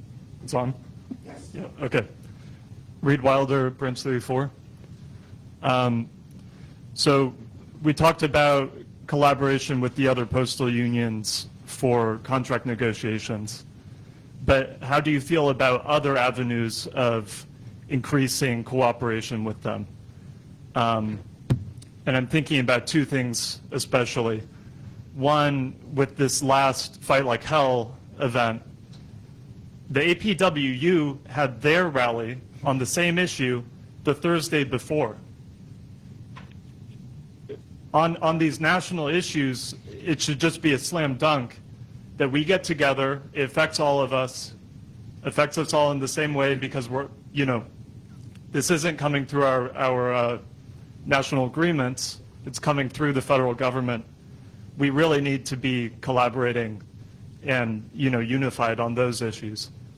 The second, I think we all feel during route inspections like the mail dries up. No. Why don't we have contacts with the other postal unions at the sorting centers where the mail is coming from, to investigate if there's any mail being hidden, any parcels, maybe that's too conspiracy minded, but we could fucking kill them come route inspections if they're delaying the mail like that, right? Yeah, Okay. yeah. That's a great point. We did that in Nashville some 20 years ago. Of course, we got 100 times the flats that we do now. I mean, every day, my station is the richest zip code in Nashville. I would get 16 feet of flats a day. And so now you get 2. I mean, that's just how it is how it is. But during route inspections, you'd get 1. Now, how did I go from 16 to 20 to 1? And we would always say there's these trailers out there with all of our mail. Have you ever heard that? Yeah. There's trailers out there with our mail. And, you know, you'd go to the GMF, you'd have 2 trailers out there. During weekend inspection, you'd have 20. Well, what are they doing? I agree with that. It's not a conspiracy. It's age old, brother. I've been doing this 33 years. As long as I can remember, that's been the same thing. There's no conspiracy to it. They hide our mail somewhere. I'll always say that. You know, you'd like to think that the one thing they can't hide are parcels because that generates our revenue. I can make 8 hours on a hamper of parcels, you know, if you know what you're doing. And because like I've always said, the office is there, the street is ours. I have no standard. They can be upset and mad and all that stuff, but I agree with you, brother. I think that in any kind of workroom floor-related issue, I think that we need to be hand-in-hand with the other unions. I think that the rural carriers and us should be together on the toxic working environment. I've gone into numerous stations where the rural carriers will try to slip us notes. You know, and I'm thinking, why is y'all's union not addressing that? You're coming to us, bringing us statements to fight these same managers on y'all's behalf, which I don't care, but why are y'all not with us? I think we do a terrible job, brother, of that. I think that we should be reaching across the aisle on that to those unions saying, hey, we're going to start addressing the toxic working environment on the workroom floor across the country. We want y'all to be hand in hand with us on that somehow, some way. Yeah, absolutely. Any kind of issue we have on the workroom floor, why are we not, you know, it's like it's them, you know, and us. The only time I want that is in interest arbitration because, like I said, we're not the same. But, you know, on the workroom floor, they deal with the same pieces of shit management that we do.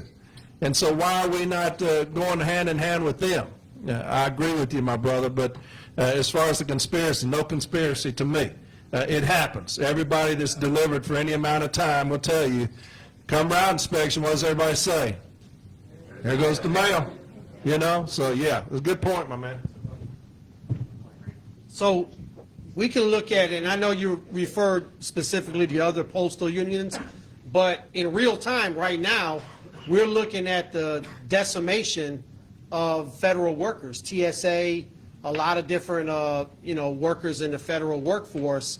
And where are we at?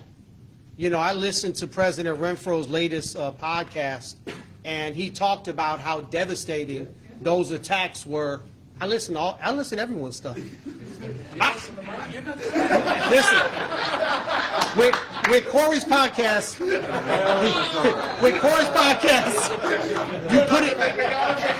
you put it on like 1.5. You speed it up a little bit because he repeats himself a lot. So you know you got that already. I got that already. That's a good advocate that's driving the point home. That's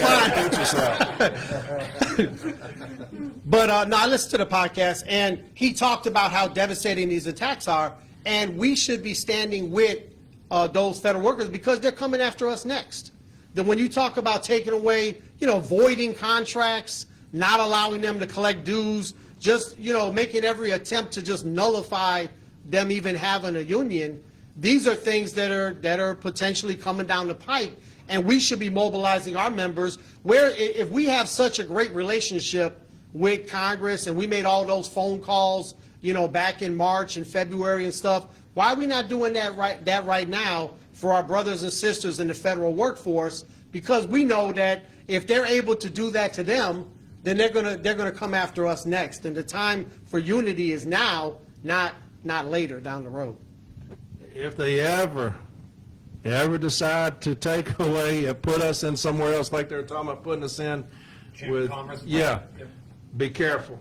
It's any time they take away and say, hey, y'all now taxpayer funded, beware. Now, the only thing that's saving us is that we're not under the taxpayer.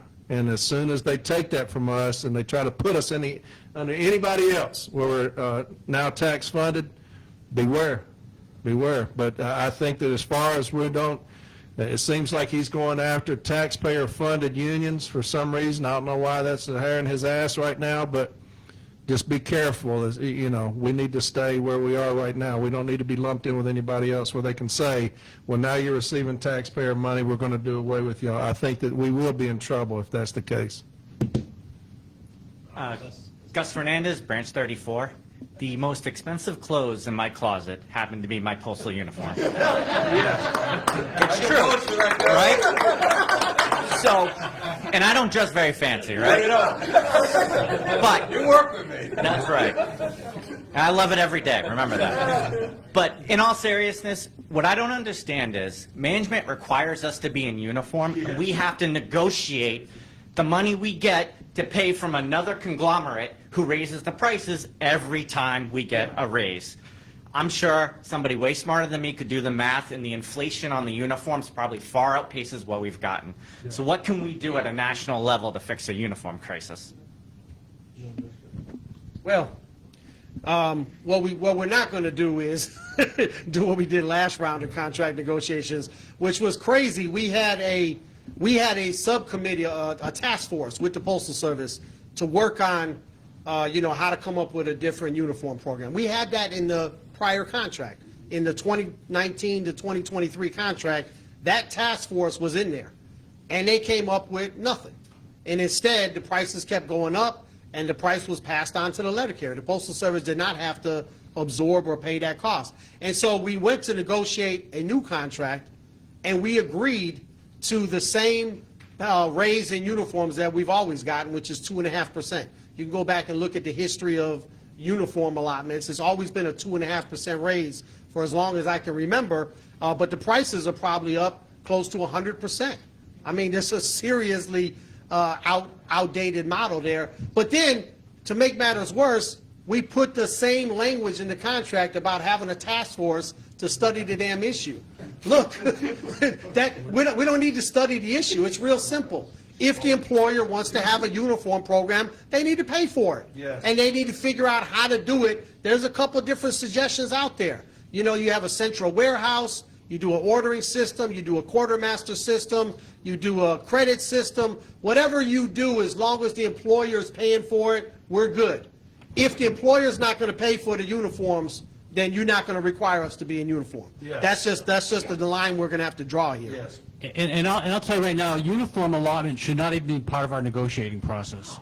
This is what we deserve. I mean, if they want to put us in uniforms, give us a uniform. We shouldn't be bargaining and giving up wages so that we can get another pair of pants. I mean, that's just ridiculous. If they want us in uniform, they should provide the uniform. There shouldn't even be a uniform allotment system. They should just give us the uniforms, and when they run out, we'll give them the pants back. We get another pair of pants. I mean, we shouldn't be paying out of our pocket as a CCA just so that we don't get disciplined on the street. Yeah, when I was at the jail, they provided me my uniform. If I got in a fight and it got tore up, Were you in the jail? I have been incarcerated. Long time ago. That's another story. But like you said, you only be in uniform, buy me a uniform. Because you can come out on the next contract and say, hey, look here, we got a great deal. We're going to raise it to $1,000 a year. Do you know what the uniform company's going to do? $1,001. Raise that price. Somebody put on social media the other day. Now think about your CCAs now. Put on social media the other day, full rain gear, $540. $540, and they're sending my CCAs home because they don't have the right shoes on. What is happening? Where do we work? You know, completely asinine. You got people. I have a walking route. My shoes will last 4 months, if that. I only buy one pair of shoes because if you want to look decent and you're on a walking route, you know what I'm talking about, obviously. Your shirts by the next year have the satchel stain, you know, all the stains from where you've been walking. So you got to get new shirts unless you want to look filthy. But who can do that? Who can do that? Who can say every year I'm going to get a new pair of shoes, new shirts, and new shorts? Well, what about your rain gear? What about your inclement weather gear? It's completely asinine that I have carriers sent home for not being in uniform, and you don't provide the damn uniform. And you don't give me enough money. It will take me 4 or 5 years to get everything that I need for a year, if that makes sense. To get my rain gear, to get my whatever snow. Y'all probably wear shorts during the snow up here, but I got long johns, pants, and then the outer gear. And it's 42 degrees, but that's a great question. I'm with Mike and Paul. You know, you want me to be in uniform? Buy me the uniform. That will settle a lot of things. That will settle these companies gouging the shit out of us. But you see all the time on social media, like I said, you know, how do I defeat this? My carrier came in, didn't have the right shoes, and they sent them home. You know, what is that? You know, what are we in the business of, really? I get the union made because of slips or whatever, but you know, shit, you don't buy me, you don't give me enough to buy what I need every single year, and then punish me because of that. It makes no sense. All right, so one more thing we want to do we have a live stream here for Zoom, and so Matt's got a few questions from the internet. God help us, they're good ones. But anyway, he's a good filter. So anyway, so we got one from the internet, then we're going to go to the audience right after this. So what's, you want to give us just one if they have their name and branch, that'd be helpful. But if not, no big deal. This one's from Anthony Falco, branch 34 out of Boston.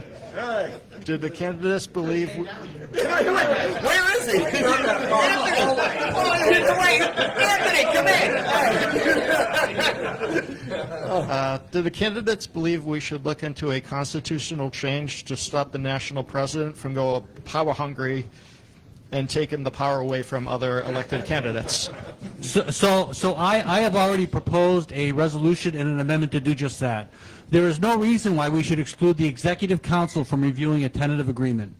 I think what he did this time is he went it alone, and he knew that he was wrong, and we told him he was wrong, and he did it anyways. And if there were checks and balances, we would be all better off. And I think that we need to put that in the contract, because Corey and I were talking about this earlier. We've never had this problem in our history before, because we've been able to trust our national president. So to me, this is a wake-up call more than anything. It's not about Brian Renfro. It's about the process. We need to clean it up, provide checks and balances so this never happens again. How many people have been here 20 years? Have you ever, in 20 years, had this issue come up where you're trying to strip the power of the president or to snuff out the power of the president? Never, I have never heard of it. But that's where we are, is because we have such incompetence at the top that now we have to have some kind of amendment to our Constitution to take powers away from the president. I've never heard of that. It's never come up before, as far as I know. Somebody else may be able to tell me that. But I do want to point out. Yeah, exactly. I do want to point out that I have every belief that Brian Renfro will not be our next president. But I'm still proposing these amendments and resolutions because it's the right thing to do going forward. It's for our future. It's not about Brian Renfro, because a lot of people say, oh, yeah, you're going after Renfro. We're not going after Renfro. We're going after the process. And he's abused the process. He's pointed out what we need to change, so we're going to change it. Yeah, we had to learn the hard way, unfortunately. It's not something we just came together and said, you know what, maybe they have too much. We learned the hard way about that. And so...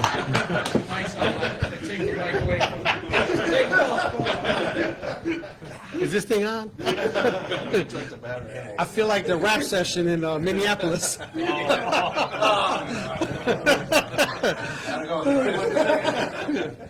Sorry. Halloween's coming up, by the way. Get your costumes ready.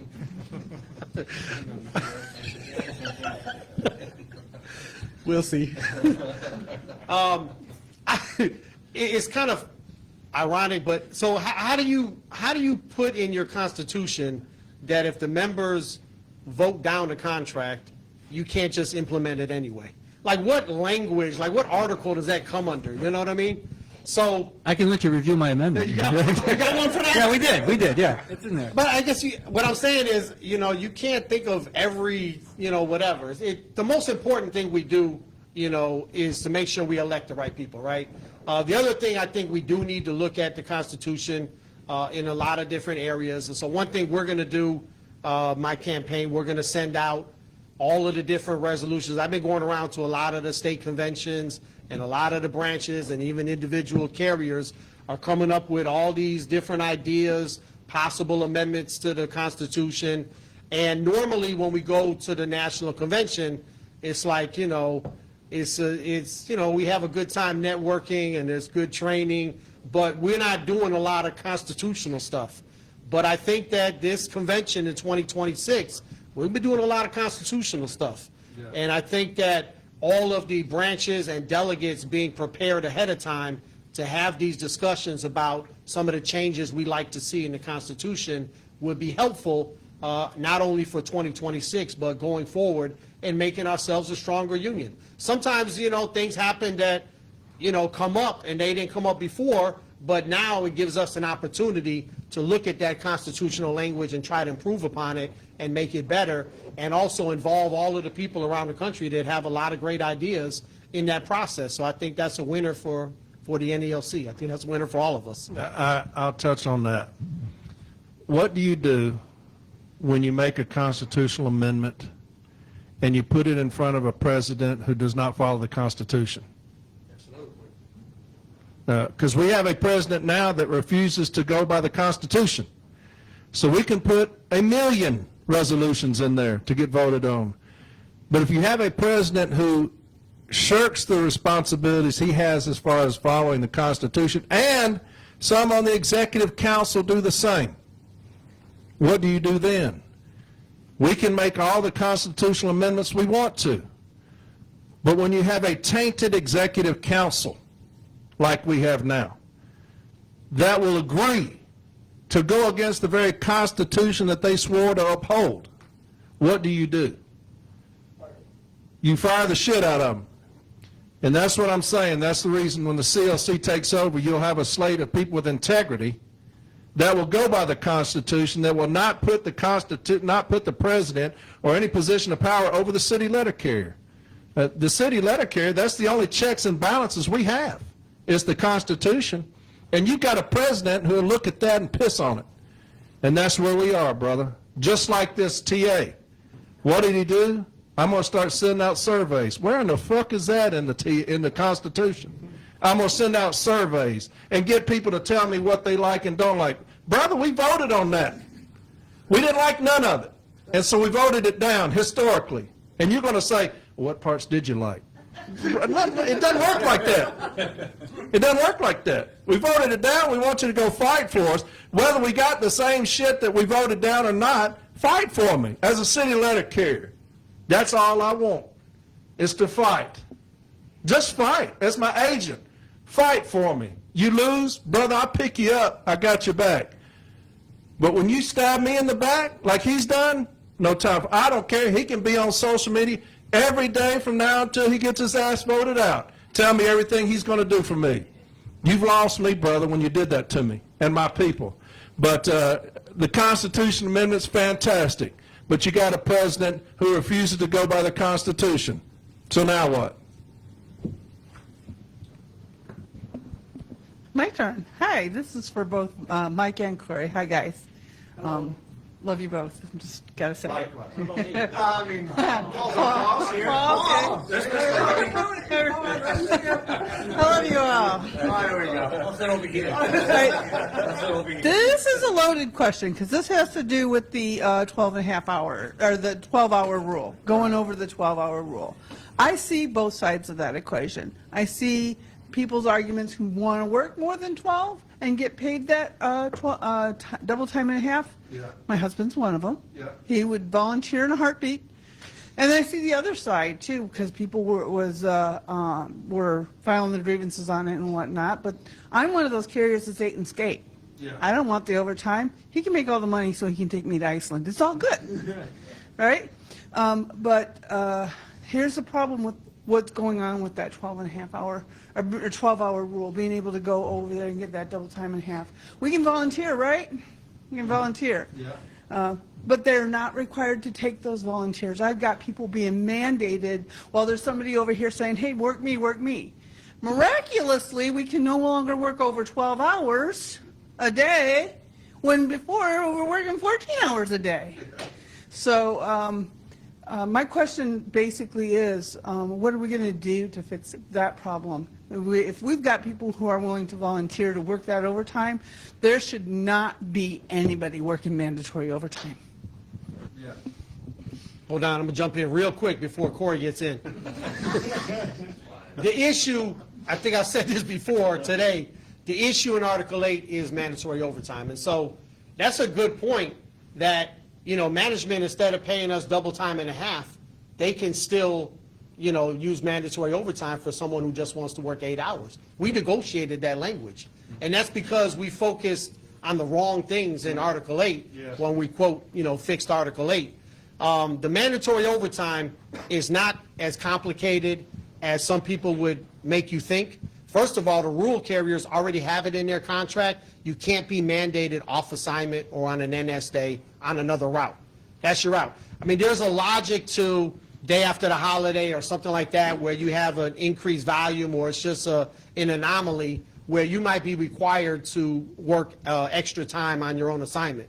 But what doesn't make any sense is when the Postal Service doesn't staff the place properly, now it becomes my responsibility to worry about what's going on Route 6 when I'm the regular carrier on Route 3. That makes no sense whatsoever. So if you look at the mandatory overtime, I think at the very least, the Postal Service should have to go through some pecking order things, which would be making sure that they're maximizing the auxiliary workforce first, making sure that they're taking volunteers, including up until people that want to work until the next day. I'm like you. If someone wants to work it, let them, But take that person, require the Postal Service to ask for volunteers, not only in that office, but in any office in the vicinity where you have someone who signed up and wants overtime. Make them go through that. And if it still doesn't work and you still have a mandatory overtime issue, that means you have a staffing issue. And there has to be something in Article 7, somewhere in there, that requires the Postal Service to do something when they have a staffing issue. Because really, essentially, they're either going to make people quit because they're forcing them to work, or they're going to not be able to get the mail delivered. So our contract has to allow for when there's a staffing issue, there has to be a result or a consequence when that happens. And then I think then that would be an actual improvement. This language we got, I don't call it an improvement. It's some people like it, some people don't, but it's not an improvement, and it doesn't resolve the major issue in Article 8, which is mandatory overtime. Yeah, going back to, we talked about this when it was first signed into effect. You concentrate on smaller stations. I use as an example. Why would you ever staff the place properly when I can have 2 carriers work themselves into oblivion and never have to put another route in there? If I have routes that are overburdened, and I can say, hey, look, I can come in with a route inspection, we can put another route in here, or you 2 can just do the work, 16 hours a day, and I won't have to do that. You're never going to address the staffing issue when you give an opportunity to make a lot more money because we don't make a living wage. It's a catch-22 on the city letter carrier, like Mike was saying. That portion of Article 8 has always been screwed up because you have National Arbitrator Mittenthal coming out saying what? Those are absolutes. Well, what that means to me is, an absolute is I cannot go past that. Then you have National Arbitrator Snow come out and say, if you do go past it, well, hang on now, it's not an absolute anymore. If you do go past something that's absolute, you've just went above National Arbitrator Mittenthal and said it's not an absolute, because now you're going to provide a penalty if management goes over that absolute, if that makes sense. So it was already screwed up, but now you have, we're not going to compensate you. We're not going to give you a living wage. What we will allow you to do, though, is we will allow you to work yourself until you're dead, and we'll take those caps off those absolutes of 12 and 60. And like Mike said, that's what you have to address. You will never have a place staffed properly as long as you're working people 17 hours a day. There's no obligation. Do you know why?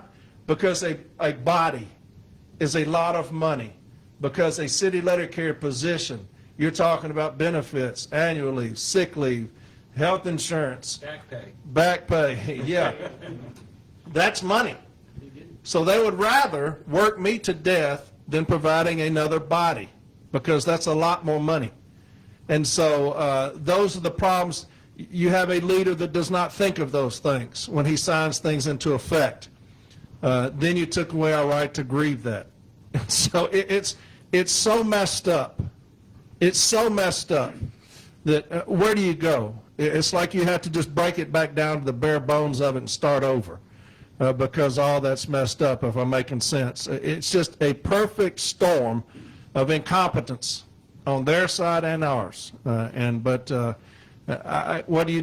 I say you just break it down. And I've always said you've got to get Article 8, dumb it down, and a lot of these stupid-ass things that he pushed through on us, if we can get them out of there, do everything in our power to get them out, and never ever take away the right to grieve anything. But, unfortunately, it was screwed up before that.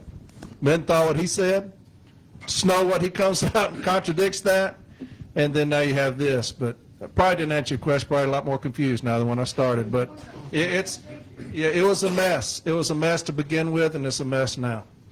We got a question from the internet. This one is from Russ Murray, the Executive Vice President of Star City Branch 524 in Roanoke, Virginia. He's just curious what the CLC stands on territory cost of living adjustments. T-Colas.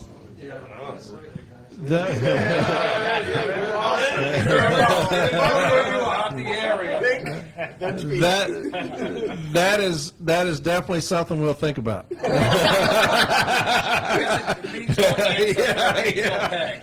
That would be something that James Henry and everybody else, anybody that would be involved with that would need to answer that. I'm not prepared to answer that right here. I'll get kicked out of the CLC. I'll go back to delivering mail, but Mike will answer that for you. I'll answer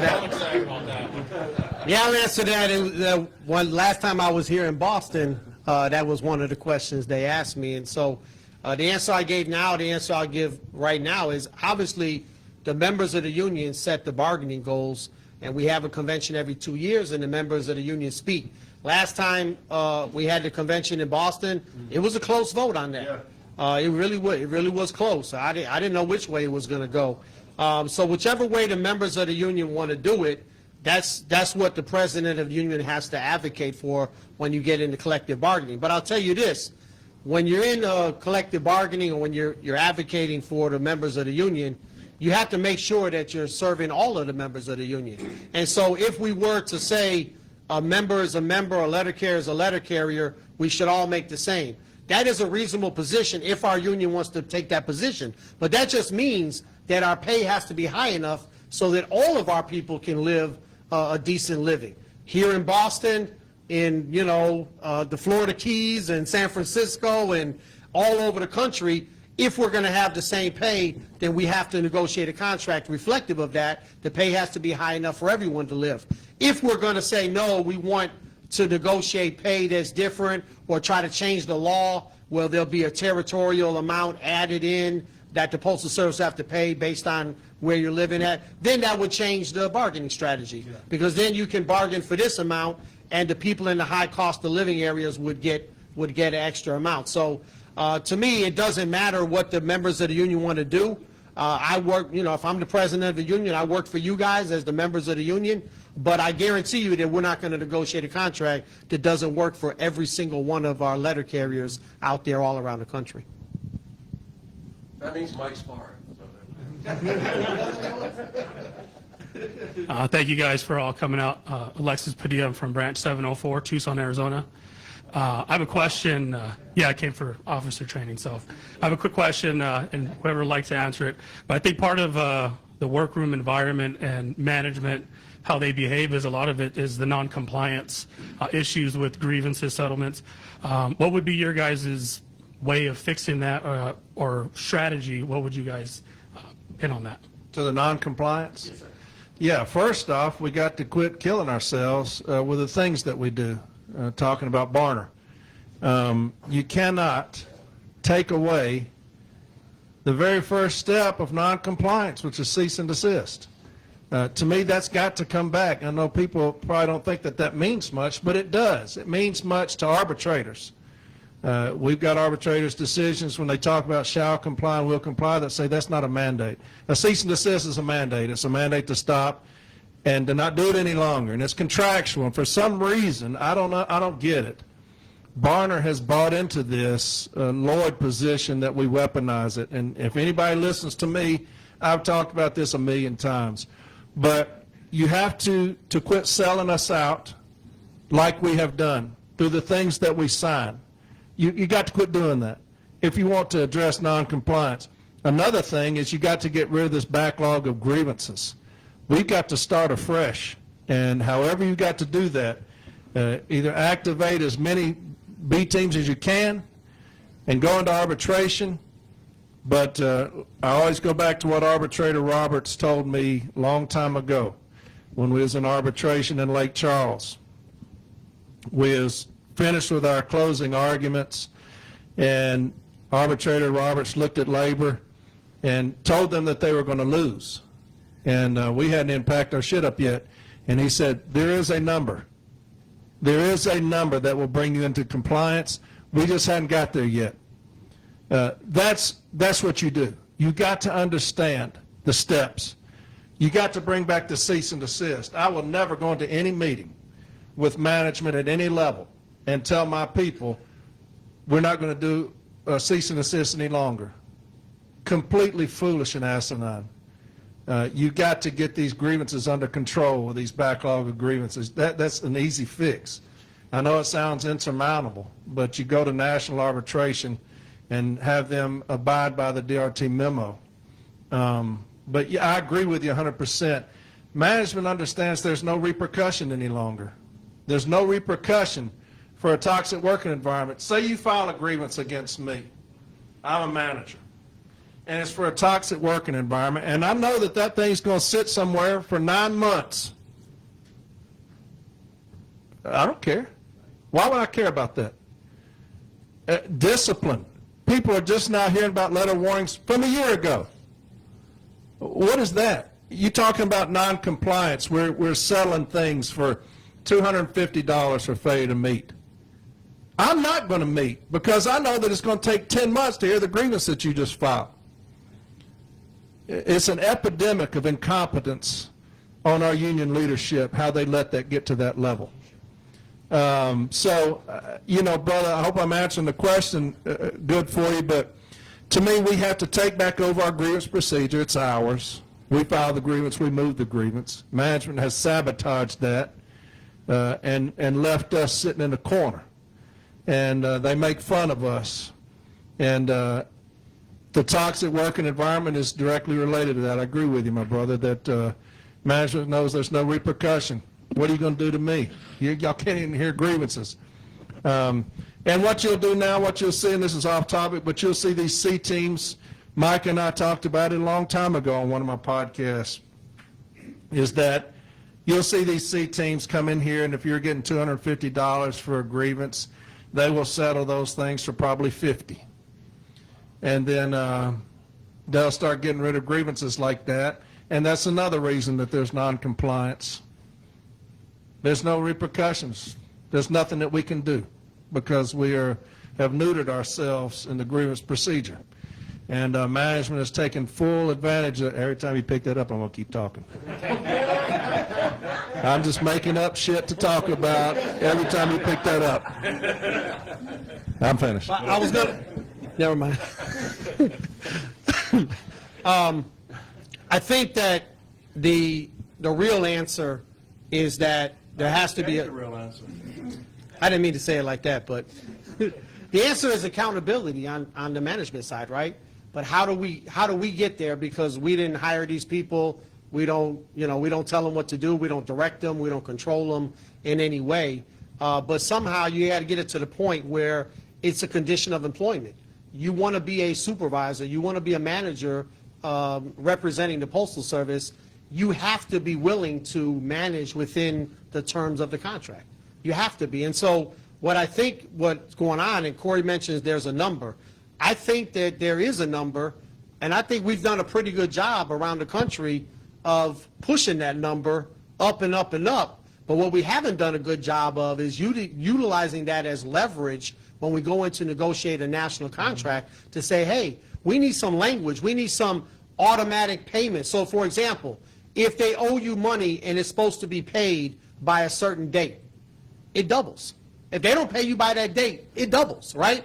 You write that language into the contract to incentivize the Postal Service to do the right thing and act right and control the managers that they employ, because we don't employ them, they do.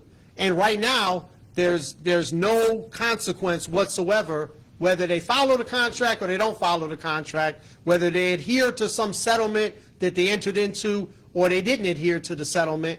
There's no effect on that manager or that supervisor. There is an effect on the Postal Service, though, because we're hitting them hard in the pocketbooks. And do you think that the people that pay for stamps and the companies, the ratepayers, want to know that the money that they're putting into the postal system is going for grievance payouts? That's not going to be popular once we threaten to bring this information to the light. But what we've done is we've been complacent with that same contract language that obviously doesn't work, and we really have no control over what management does with its people. And that's what we have to change. We got to get some leverage, either through the contract or through some outside influence over the management of the Postal Service, which at the end of the day is the American people. Yeah. You know, through Congress or whatever. So there's the answer, really. The first question you asked tonight, Chris, was what else would we put in the contract besides the financial package? We should have cease and desist language in our contract. I mean, we've got progressive discipline in our contract for management enforcing their contractual obligations. So why can't we have cease and desist to enforce our contract obligations? Yeah.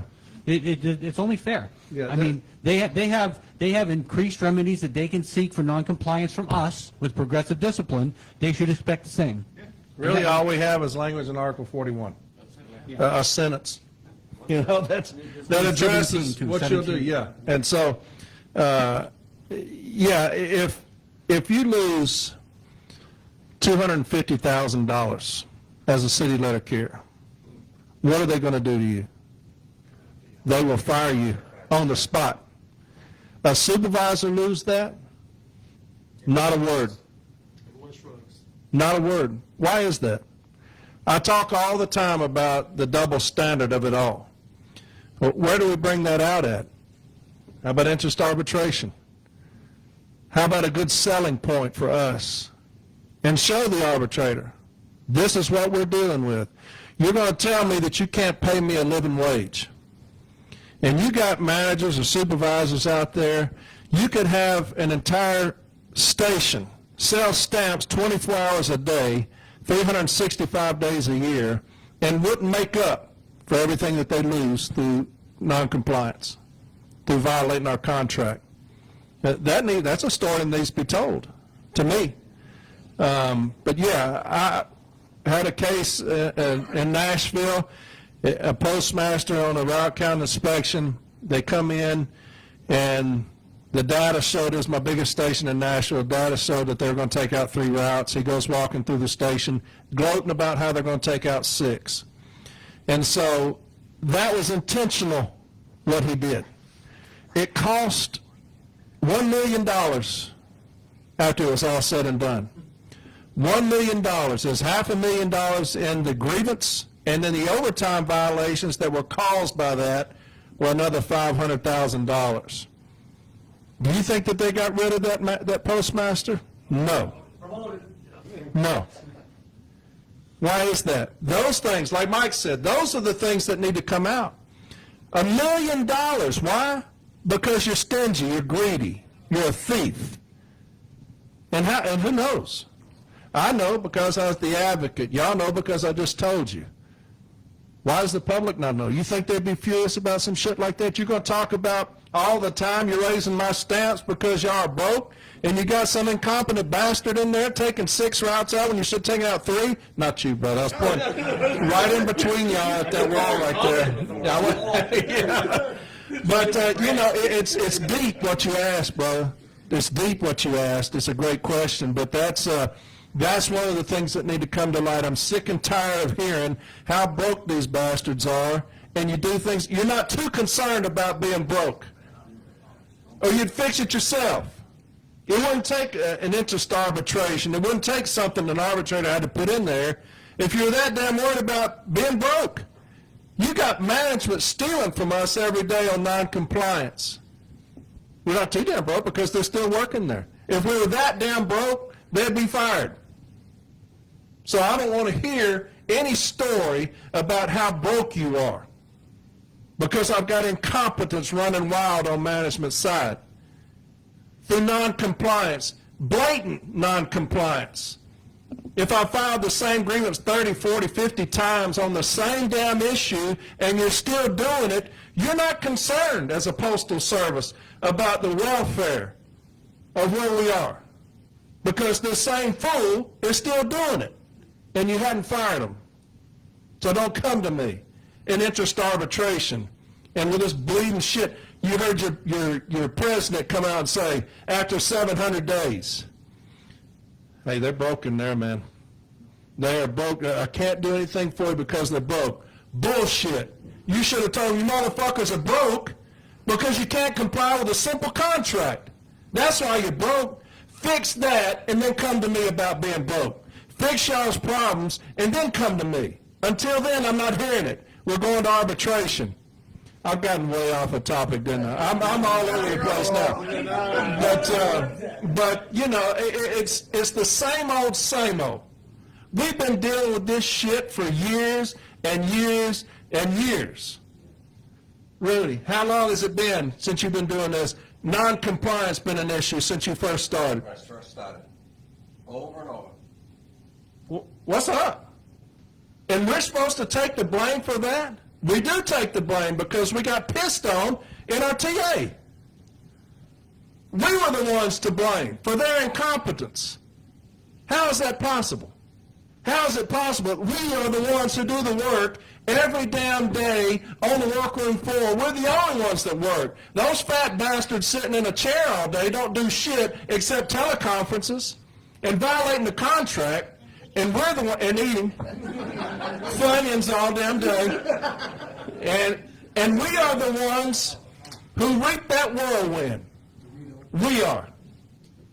Because they are the ones who are stealing, who are losing. They are. And who pays the benefit of that? Me. Light blue. Out there on the fucking route. They're losing hundreds of millions of dollars. I'm out there trying to save them fucking money. And you get into contract negotiations, and your president going to buy that line of shit that we don't deserve any more money because these poor bastards are broke. Fuck him. Look, we're going to fix that shit. That's a promise. It's a promise. You will never see anything where Corey Walton went to a meeting with anybody and said, hey, do away with cease and desist. It's not happening. It's not happening. We will get that shit under control, but I will not ever, ever buy that the Postal Service is broke. Don't give a shit. Fix your stuff and then come to me after that. You got anything to say?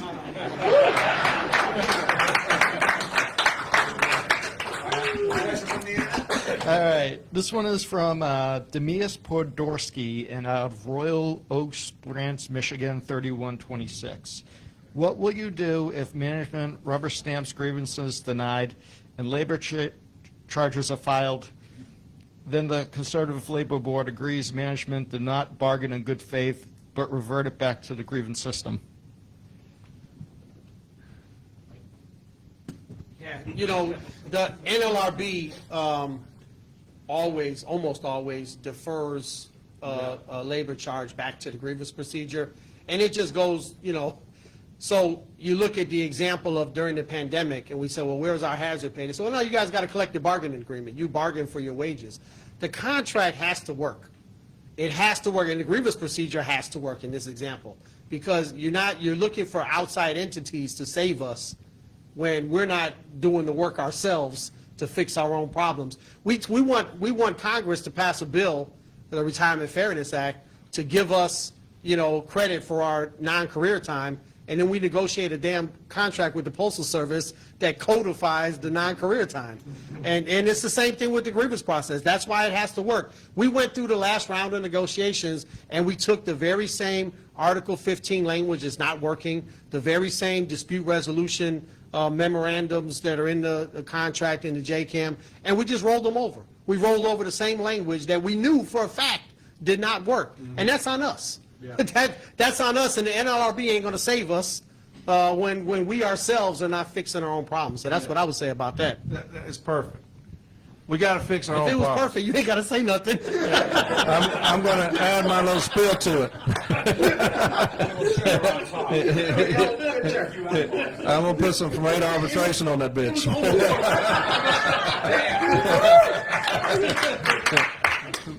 If you're reliant on them, NLRB, if you're reliant on them, we will lose. We will lose. I've heard great stories about them. I've heard terrible stories about them. Article 17, a lot of done with, not providing information. You see that a lot and things like that. But if that's your go-to, you'll be sorely disappointed. Yeah. We have got to bolster the grievance process. And you're talking about, what was the question? It was about, sorry. About failing to meet. Over what? Yes. The grievance procedure should take care of that. Unfortunately, it's broken. And so you've got to bolster the grievance procedure. It's got to have teeth back in that. Like I said, if we're relying on an outside entity to take care of us because our grievance procedure is so broken, we're in trouble. You said sugar on top. That would be the sugar on top is a little labor charge for them. That's the sugar on top. That's just a little something extra that you can put in the file later on. Arbitrators, I've never seen an arbitrator mention a labor charge. If you have it in a file, I've never seen them consider that. I see them consider B-team decisions that set precedent. I see them consider pre-arbs. I see them consider formal Step A resolutions. We've got to bolster the grievance procedure and put teeth back into that thing, and we have sold ourselves out on the grievance procedure under this administration. Now it's perfect.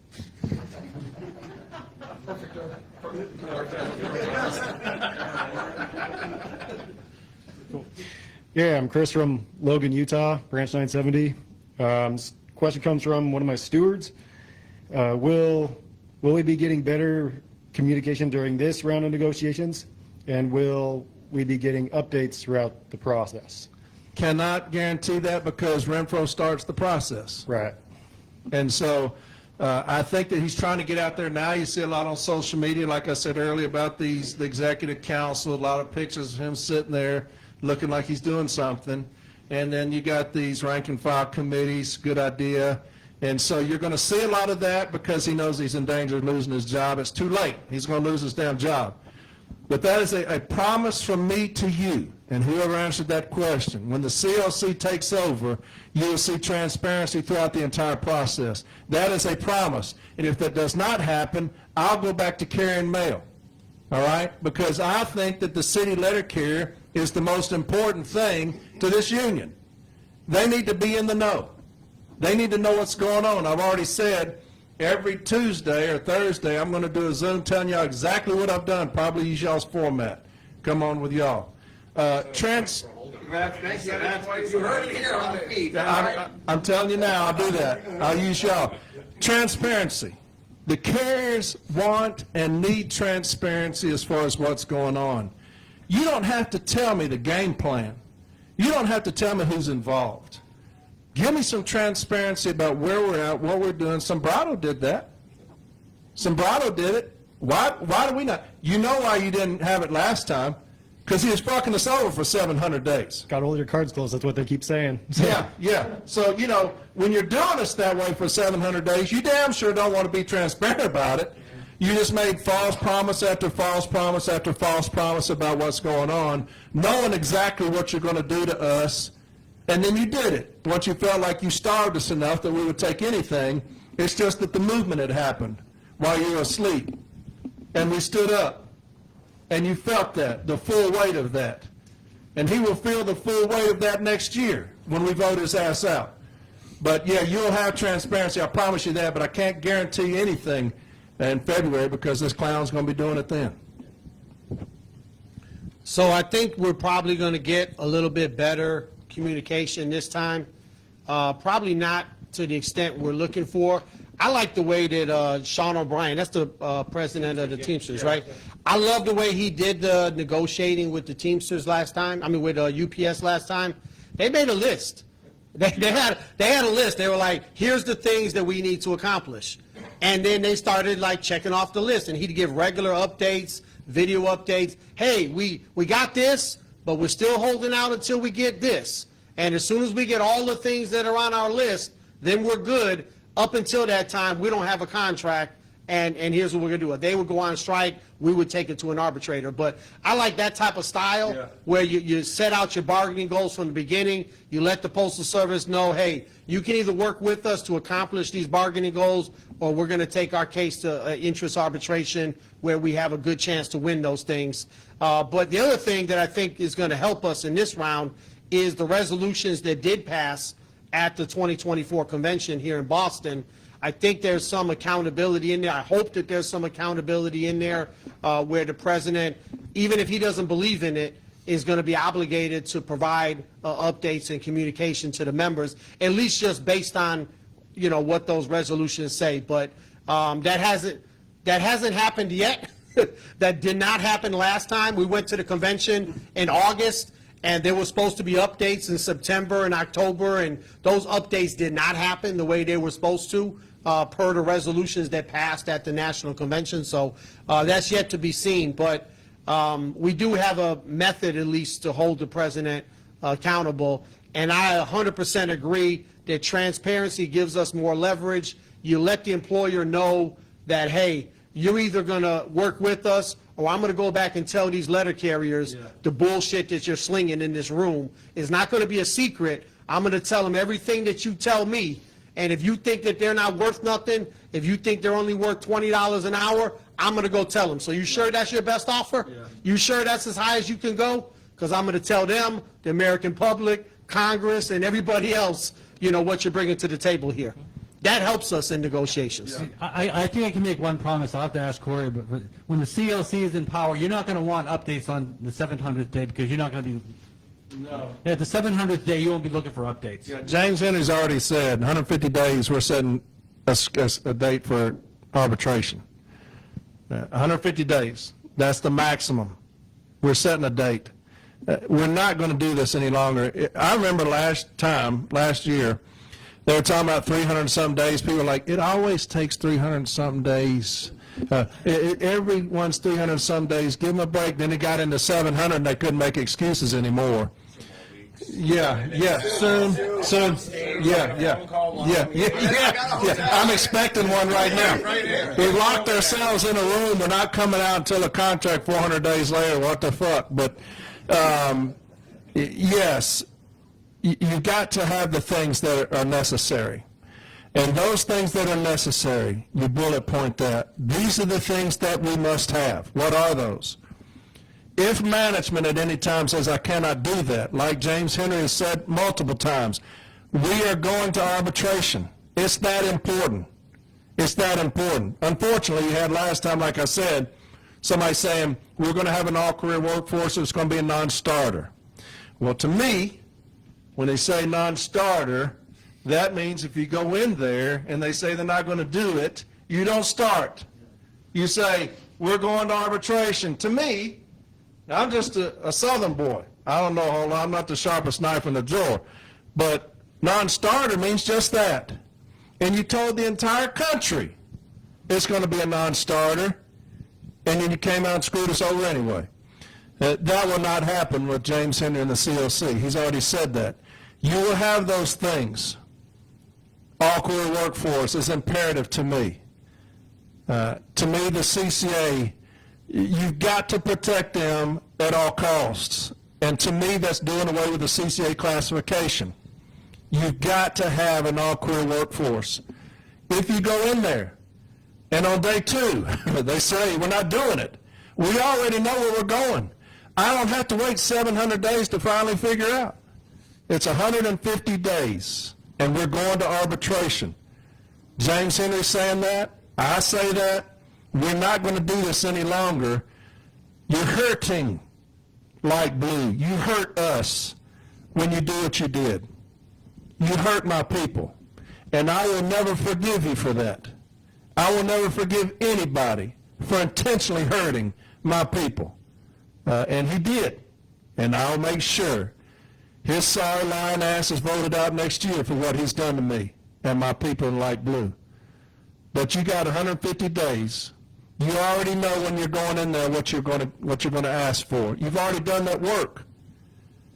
You've already done the work. It's not a surprise when you go in there what you're going to need, what you're going to ask for. It doesn't just jump up on you when you get in there. You know you've already done the homework as far as getting a forensic audit of those books. I've already said that. You're going to get in those books. They don't want us in there. I'm getting in there. You have to get in a law firm that is aggressive and young. We don't have that.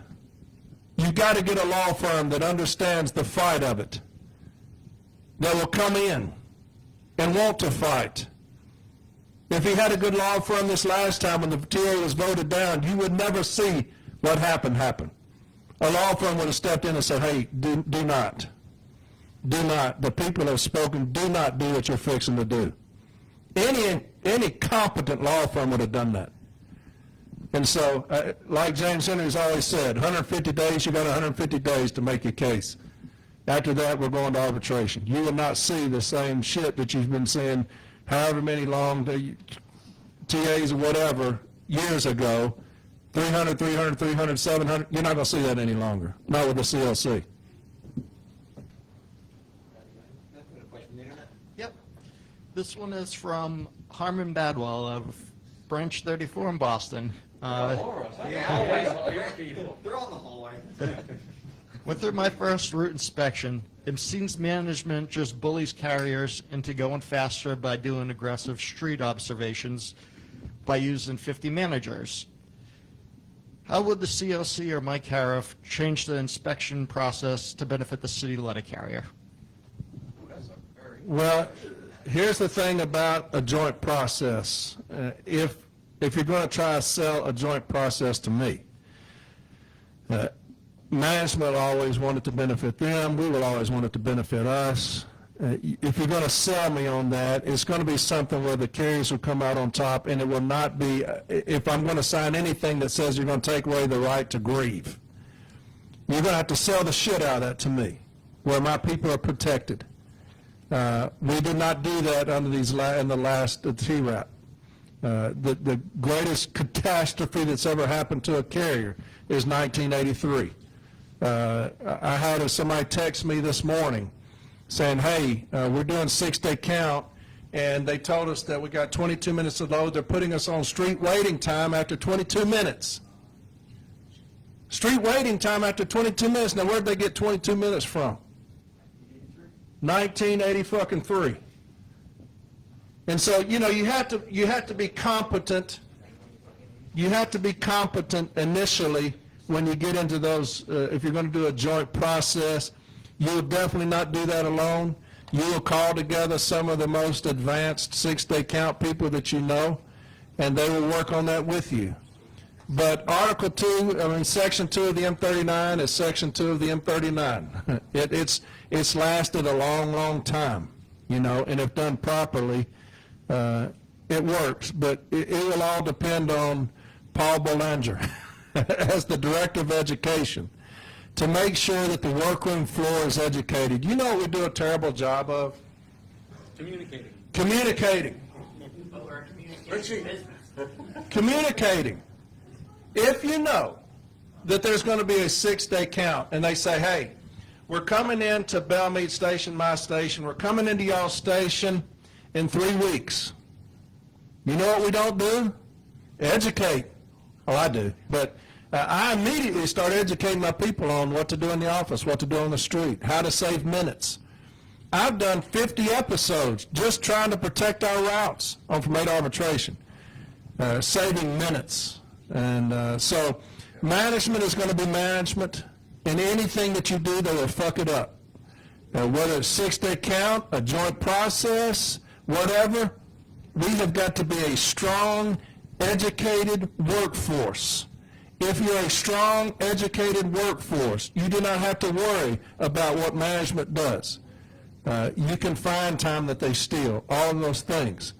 But it's all about education. It begins and ends with education.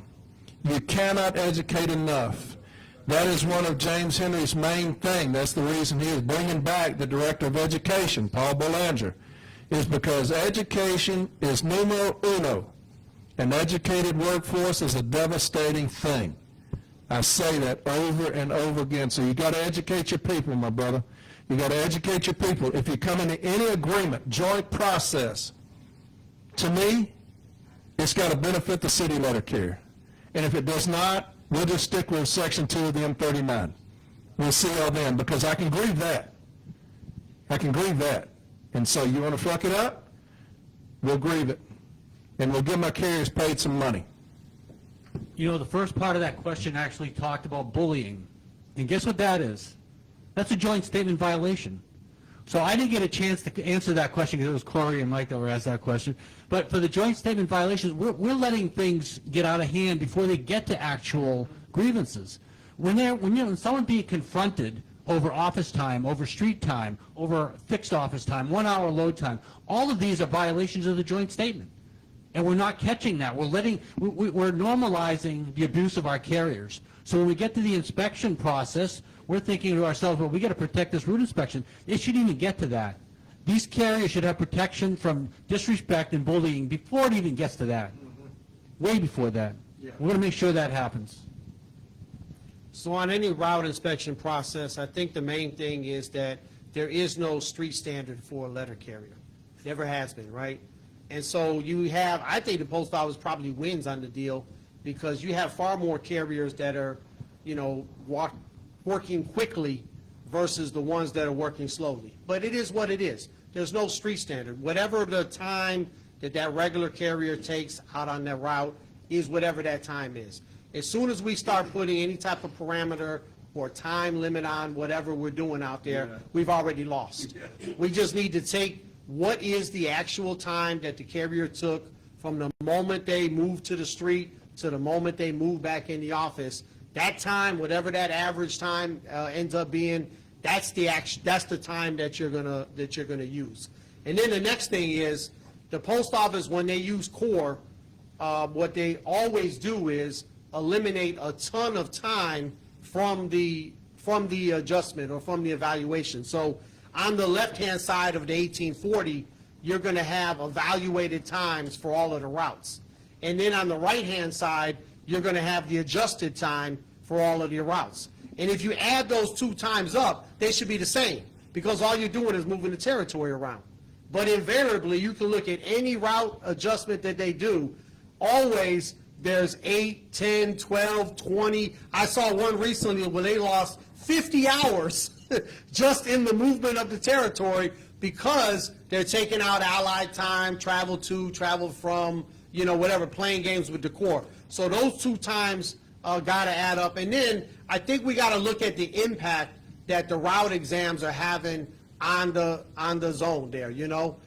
You got regular carriers that have been in a certain community for so many years. You got senior carriers that bid on a particular route, mounted route, or whatever kind of route that they like, and they should be able to keep their route that they bid on without there being changes of like 80% to everyone's route because someone's so lazy that they go in there and they press a button and take all of the delivery and throw it up in the air and let it fall where it does. There should be some continuity to the delivery, which helps everybody. You know, keep the scheme the same, you know, keep the delivery constant, keep the delivery out there to the customers the same, and the seniority that we've earned, we should be able to keep the routes that we bid on. And the last thing I'll say about route inspections, or route inspections, whatever the hell y'all want to call them,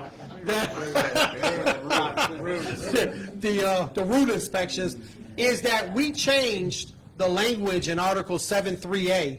Well, it came out in the DOS award, so I don't know how it got changed. But it used to, full-time assignments were always based on the number of hours that we worked. And so if you worked a certain number of hours, it would make it a change into a full-time assignment from a part-time or from a non-career position into a full-time position. We changed that language, and now the language says that the full-time assignments are going to be based on the number of assignments that we have. So when the Postal Service goes in there and eliminates routes, they're eliminating full-time assignments, even though the hours of work are actually still there. Full-time assignments should be based on hours of work. You take the number of hours that city letter carriers are working, you divide that by 40, that's the number of full-time assignments that you should have. That's the contractual language we should have in Article 7 instead of what we have right now. Another point, just be quick. Just be Boy, quick. that shocks me. Just be quick. Do you know what management does better than we do when it comes to 6-day counts? Train themselves. They do cheat. Train themselves. I remember back when T-RAP hadn't come out yet, and you always have managers that reach out to you. Anybody, you know, if you're in any position, you'll have labor managers. And so somebody from labor contacts me and said, hey, y'all doing any training over the new route adjustment process? They're down in Dallas doing their training. You know what I said? What route adjustment process? What are you talking about? They're coming out with a joint process. When did that happen? Well, it hadn't come out yet, but they're already down in Dallas training for DSR and all these things, the memos. I had no idea. How is that possible, that management is that far advanced, far ahead of us as far as educating themselves? We had no idea until the memos came out. And then it's too late. They're already saying, we're going to go back to this time, and then these times will count. This is how we're going to do it. We're going to do it by the scanner, and you're going to, you know, we're like, what the fuck is going on? Management was cocked and loaded. And look at us. No idea. No idea. That's got to change. That's the reason I said, when you talk about doing a Zoom, who I'm talking to every week and what we're talking about. Some transparency would have been good right there to say, hey, look, just so you know, there's a joint process we're working on. Don't know if it's going to come to fruition, but just get yourselves ready, get your stations ready, because this is what it's going to look like. Why do we not do that? I'm having to tell y'all about a joint process that may be coming out in January because somebody contacted me and said it's probably coming out. Our union has said nothing. Do you know anything about a joint process? But people are telling me that those in the know, those that are working on the process, say that it's probably coming out in January. Where's my union? Are you afraid that you're going to tell something that you shouldn't? Like I said, who cares about management? I don't care if they like me or not. I care about one thing and one thing only, like Blue, let's have some communication. If I'm seeing, if somebody's talking to Corey Walton about a route adjustment process and this is what it may look like, I'm going to go on y'all's show on a Tuesday and say, hey, look here, this is what's coming on. We're probably going to have a joint process as they're looking at it. So, you know, y'all might need to get yourself ready because this is what it may look like. We fail miserably in that. Management is way more. Go ahead, bro. Sorry, brother. Hey, we got to start educating at the local level. Yes. That is the strongest part to do. Yes. And one thing I can't stand is why branches don't share information after we're done. Branch 34 just went through, Richie, what, about a year? Maybe longer of inspections?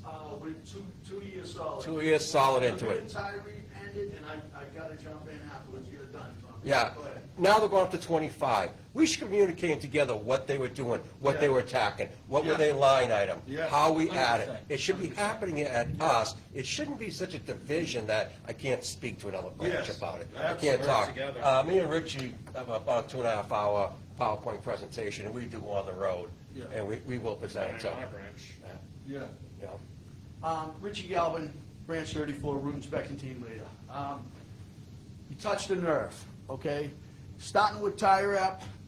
I was involved with that, secret squirrel through the whole entire process. I was involved in it. I was the DLT for Mass and Rhode Island and got information in teaspoons. Wrong all along. Now, I've been a letter carrier for 39 years. I've been doing route inspections for over 25. IRAP, MyRAP, JRAP, CD-RAP, you name it, I've done it. From formal inspections to truck inspections, you name it. I've done it all. We do nothing nationally as far as training route inspection people. Now you have your formal A and beyond, you have all kinds of arbitration training. We do nothing for route inspection training. What's the three most important things to letter carriers? Their money, their start time, their routes. We don't care about the everyday letter carrier that comes in and just does their route every single day. Now, like Tommy just said, we did great this year, okay? We've added routes through 7-3. We've added routes through S&DCs. We must have put in 20 different jobs this year, okay? And we've done a good job. Now, Tommy and I want to say at a bare minimum, we've done 20 route inspection classes this year alone. We've done one for Jimmy. We've done a couple other branches. Ross Murray's on the screen right there. We've helped him out. We're willing to go anywhere. But where the hell is National? Yeah. National doesn't do anything. The only training, and I've been doing this for 25 years as a lead, the only training I've ever received through National is through a joint process, through a RAP. Yeah. Now we have RA, regional grievances, positions. Yeah. Why don't we have regional route inspection people? Yeah. Where is National when it comes to training, people to do route inspections? What takes more of our jobs than anything else? Bean counting. Route inspections. Route inspections. Route inspections. Yeah. It takes more of our jobs than anything else. And we put no emphasis on it whatsoever. The problem is, we throw something at a letter carrier a couple days prior to, and don't think a dry run. Yeah, dry run. Is going to train a letter carrier to fill out an 1838C. There's so much more involved with that form. And don't tell me that management owns the office. That's a crock of shit. If you could do that 1838C, if you're proficient with your office time and you know what those functions are, you can get a decent amount of office time. And if you get a decent amount of office time, what does that mean? You need less street time. It's a bigger picture. And we do a horrible job doing it. So somewhere in here, I'm going to throw a question at you, Corey, or Mike. All right? What are you going to do? We got to do something, because I got to tell you, like, I worked for Region 14, and what we're doing on our own. Yeah. Tommy and I are creating these PowerPoints, and we're doing all this training, and we're getting zero help from National. Yeah. Literally zero. Yeah. Richie, I want to take it, even though you didn't say my name. Listen, just to get back on that, I haven't sworn once. That's the problem. Tommy and Paul know where I stand on this issue. And again, put some routes back in, get the burden off the carriers. Then you don't have a turnover rate. Then you don't have all the other issues you have. If you have 8-hour routes, people aren't going to leave. Yeah. Create routes that carriers can do safely in 8 hours every day. So, Richie, you hit right on it. I mean, your branch is doing something that's great for route inspections. The branch one state over is not. Some regions are doing a great route inspection process, and other regions are not. Why is there no central command? Why is there no leadership? So I've talked to Corey about this. Then the dogs of war for JSOV is not going to be for JSOV only. Yeah. We're going to have teams for route inspections as well, because we need a centralized plan. Management is doing one thing much better than us, and that's planning. Communicate. Yeah, planning and communicating, and we can do better. I mean, this is what we do. We're supposed to be a fighting union, and here we are letting them take the lead. We're going to do that nationally, and I'm telling you right now, Richie. I mean, you said it best. If you're doing something right, why isn't the next people overdoing it? Why aren't we sharing it? I mean, we should be communicating. Absolutely. Yeah, there is, and I always say that management owns the office, we own the street. You said that was bullshit, and I appreciate that. But if you educate us, yes, you're 100% right. We have a standard in there of 18 and 8. you've got a fixed office time of 33 minutes, as long as this clown don't do something with that. But you've got that still. We need to educate our people, because I had somebody message me, and I'm going to talk about it Sunday, where their management says they've got 20 minutes of office time. Not fixed office time, 20 minutes of office time. Now, how many stations are not being educated that that's not true? Thousands. I talk about, when I started this podcast, it was for those smaller stations that didn't get any education, which there are numerous. It's for them to understand what management will lie just to fucking lie. They lie to make the numbers. They're the most deceitful, dishonest, disgusting human beings I've ever met, is postal management. And they'll go into these stations and say, y'all got 20 minutes of office time, and you've got 22 minutes of load time, and you've got these times and this time, and you got those stations. They have no idea, and they're doing that, and we're getting bludgeoned on the street. So what Paul's talking about, those things will be addressed nationally. If our regions aren't doing it, we will do it. You got incompetence on a biblical level in some of these regions, some of these business agents that are there for the party only. And they have pissed away any rights to retain their job. I'll do anything that I can to make sure they lose it. I am sick and tired of the incompetence of my union and some of these sorry-ass business agents. The upper management, upper union, Renfro, Barner, incompetence on a biblical level. And my carriers are suffering for it on what you're talking about, basic training of six-day count. We lose more routes, more carriers from that than any removal. We lose more carriers from that, and we have no fight. But that'll change. Like Paul said, those are going to be things that he's tasked with. So if we fail, it's because of Paul. But, You got to make sure you help him. and so, but I'm telling you, he will have the best of the best. You'll be one of those. Obviously, he just told me that. To go up there, if we're going to have any kind of agreement, to make sure that we are protected at every level. You will never see a time on a memo ever again when we take over. But fantastic point, brother, and we need more people to hold us accountable if we fail, and which we won't. But I appreciate you. Mike Pinto, Branch 25. I just want to know you guys' opinions on term limits for national offices. Yeah. That would be completely up to the rank and file. Obviously, it won't matter to me because I'm not going to be in there that long. If James, I think James said he's going to run 2 terms, and so we'll be gone.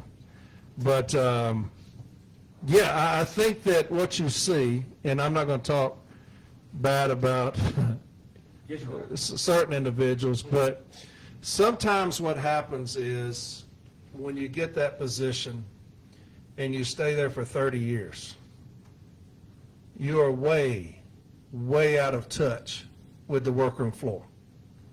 Way out of touch. I think shorter tenures would correct that. Have a statute of limitations on that. How many years can we be in there? And then let's turn it over to the next generation of the young bucks. But I don't see anything wrong with that, brother. Anything at all. You got people that are in there to pad their retirements only, and they will stay there for 40 fucking years, so that they'll have a fat ass retirement from a union, and one from the Postal Service, and whatever else they get, and they lose touch with the light blue. Again, it begins and ends with the city letter carrier. That's where it starts, and that's where it ends. And so when we become kind of complacent in our positions, we forget where we came from, which is happening right now more than ever. Hell, you got a president that wasn't a damn carrier for any time. He didn't forget where he came from. He didn't come from nowhere. You know, he was never one of us long enough to understand what we deal with. That's the reason he signed stupid-ass shit. But, yeah, back to your question. Yeah, I think that would be a good idea. Because, like I said, I think that too many times we forget where we came from. And it just becomes, every year, it's just the same shit over and over, so. Yeah, I don't know if I'm in favor of term limits, but it would be up to the delegates that would require a constitutional change. There's a book called Mailman USA that the president of the NALC, Doherty, was a president from like the 30s and the 40s. And at that time, they had something where they had to put a cap on the age of a national officer. Like if you reached a certain age, you know, you had to hang it up or whatever. So I don't know if term limits or age limit or something. I know that someone else told me they're going to submit a resolution that all of our national officers have to go back and carry their routes, you know, for a certain number of days or whatever. Of course, I'm all for it, and I do that anyway. But, you know, we do need to figure out how to make sure that our union officers are in touch with the letter carriers that, you know, we are letter carriers. We got to make sure that we're a union of letter carriers and not a union of union officers that are detached from being letter carriers. How exactly we do that, I don't know. I don't think term limits would be the answer, but it's part of the discussion. We got to figure it out for sure. Just a logistical question for the both of you, or actually a three. Well,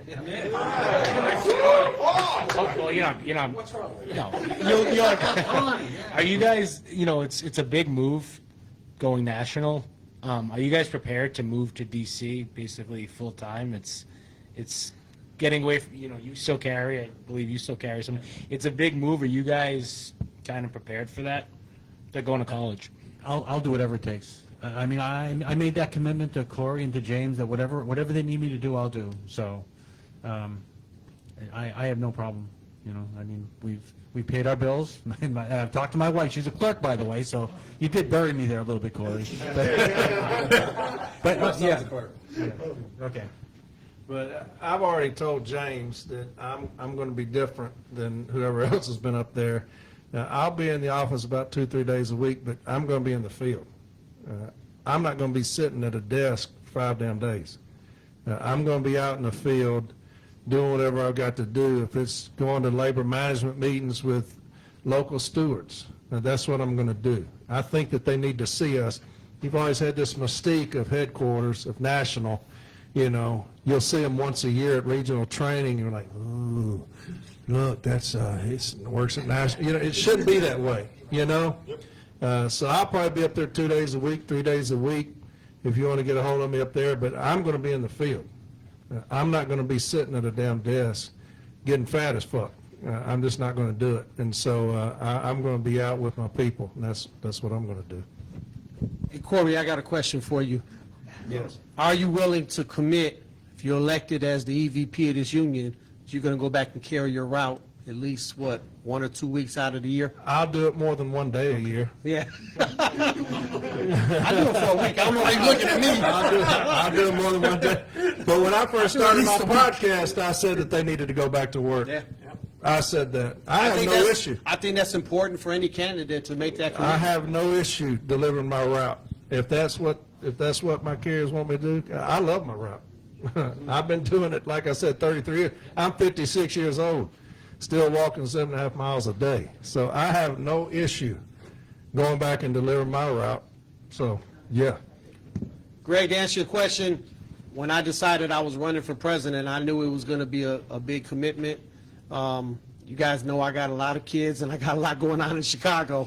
But I've been, you know, and you know that I've been running this campaign for almost a year now. And, you know, I've been all over the place and I've been able to kind of keep up with everything and still do my full-time job, which is a harder job than you might think, being a national business agent. What's that? It's a hard job. Is it? Yeah, it's pretty hard. But anyway, the commitment is there. I think, like the brother said, you know, I don't think any of us take it lightly at all. when you declare you're going to be a candidate and you promise to the membership, if you elect me, we're here to do the job, and I don't think anyone at this table is going to shirk their responsibilities at all.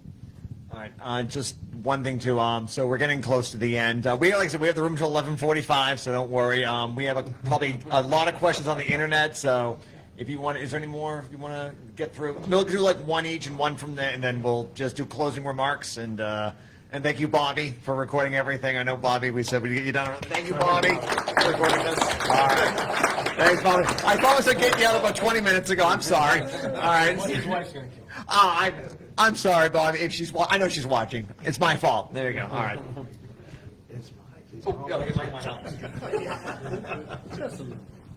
All right, this is another question from Anthony Falco here in Boston. What's the plan for the retiree portion of the membership who also vote?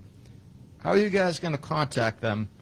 The ones with Facebook, without Facebook, and don't even know what a podcast is.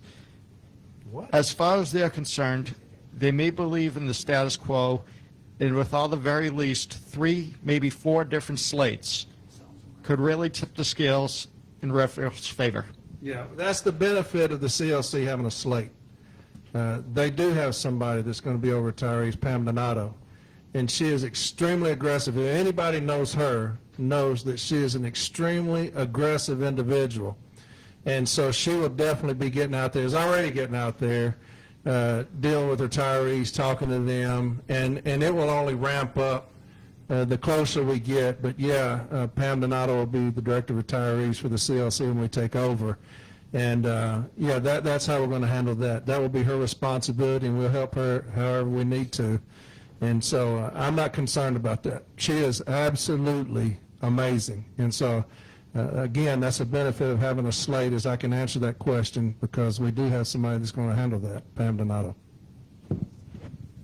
Yeah, I think that every member of the union votes in the election, and traditionally retirees tend to vote in a higher percent than your active carriers. Whatever the reason is, we don't really need to get into that. I think that in order to have a legitimate nationwide campaign, you got to be able to get into people's mailboxes, our letter carriers' mailboxes, because that's where the election is going to take place at. It's not taking place online. It's not taking place, at the union meeting or at the post office. You get mailed a ballot and you have to return the ballot. That's how you're going to participate in the election. So in running the campaign, I think fundraising is important to make sure that everyone's going to have a say and get the candidate that they want. That candidate's going to have the funds to get into the mailbox. So we just had our first nationwide raffle to try to raise money. We raised about $15,000. We'll do more, but you have to raise a lot of money to, I think, be able to get into the mailbox and make sure that all of the members are aware of your candidacy and what it's all about. The question was kind of like, retirees don't listen to podcasts. I don't know if that's all true. I think our retired members are just as engaged as anyone else, as far as, they look at websites and they listen to, they're on YouTube and all of that as well. So, but I think at the end of the day, like I said, the election takes place at the mailbox, and we have to be prepared to make sure that everybody is aware of the candidacy that you have, and that, that your message is loud and clear in that member's mailbox, whether they be active or retired letter carrier. Do retirees vote on the TA? No. Do you know how many votes we had for the TA? 97. Do you know how many was against it? 63. Do you know how many votes Renfro got in the last election? 30-some thousand. So I agree that retirees vote. He got 30-something thousand votes. You doubled that on a TA vote. It's the movement. It's the movement that nobody understands. Nobody at that level understands what's happening. It is a movement that nobody has ever seen and nobody can explain. It's because the city letter carrier has stood up, brother. They have stood up, and we are not going to sit down. Right? It is a tidal wave. So, yeah, we would definitely reach. I agree, the mailing, I agree with that. But you also have to let them know who you are, and you can't do that with a piece of paper. You've got to tell them who you are. You've got to show them who you are. That's the reason I love going places. Because people see this angry person on from 8 arbitration, and then they meet me and I'm so lovable. Different guy. You know, Different guy. completely different Different guy. guy. And so it's about getting out into the field and seeing those people and telling them who you are. I agree the mailing is very important. A lot of money, like Mike said. But you got to let them know who you are. Let them see you and show them that love. But, you know, your boy got 30-something thousand votes and won. And you got 60,000 votes against that TA. It tells you that's the gauge you're looking for. Is it a movement unlike anything this union has ever seen? And it's going to do nothing but get bigger. I know I'm looking at you like you asked a question. Bruce like, I didn't ask the question. He's like, you pointed at me, I didn't ask it. To whoever asked that question, that's what I think. You know, Corey, I'm glad you brought up those numbers because the 700 days and all the podcasts and social media, waiting that long is a wake-up call with especially the TA vote. Yeah. And like you just said, what he got in the last election, there's the membership has been ignited because I've seen it in my branch, and I have 160 active members, bunch of retirees too, and I've never seen more involvement in the. I've seen a bigger turnout at union meetings than ever. They want to learn. I'm not like promoting podcasts, but podcasts are a big thing, and you see those national pages, and I think down in Washington, they might be looking, it's the old adage about sports radio. I don't know if you guys ever heard this. Sports radio callers represent 0.1% of the fans. It's different here. I'm telling you, there's a movement happening, and these guys probably see it in their branch. He was surprised by the TA. Oh, yeah. He might be really surprised by he might win. Right? I don't think he's going to get 0 votes. Yeah. I was downstairs this week, yesterday. There's people that didn't even know who Paul Boulanger was. And they might see incumbent, president, vice president, I'm going to vote for him. But there is a movement, and I think they're going to be surprised. Yes, I agree with you. Now, because Paul Boulanger said on the TA vote that he felt that they would win it, but it would be close. That tells you how out of touch they were when you talk about the pulse of the city letter carrier. That tells you how out of touch they are to say, we're probably going to win it, but it'll be close, and got that ass trounced. And he will not win. I will tell you now. It will be a landslide on this next election. I believe James Henry will win in a landslide. I don't think that, I think that it is bigger than any of us could even imagine. Everywhere you go, they talk the same thing what you just talked about, the movement. More engagement in their union meetings than they've ever seen before. That's everywhere we go. And so it is a movement unlike anything. Other unions are contacting me, how did we get it going? I said, hey, I ain't got nothing to do with it. The city letter carrier woke up while National was asleep. 3,000 people watching this at one point. That's not nothing. Yeah. Ain't double negative. All right, so this will be just the closing remarks part. So I want to thank everyone. I know. It's no, it's been. I know there's been a long meeting for everybody. So I know you all had a long day. So thank you. So just a quick wrap up, just closing remarks, and then we'll close it. So you want to just a quick closing up there? Yeah. So I guess you've all noticed the barrage of social media posts from the NALC, right? What brought that on? Right? Back up too. Yeah, comments are back up. Corey and I had this talk today.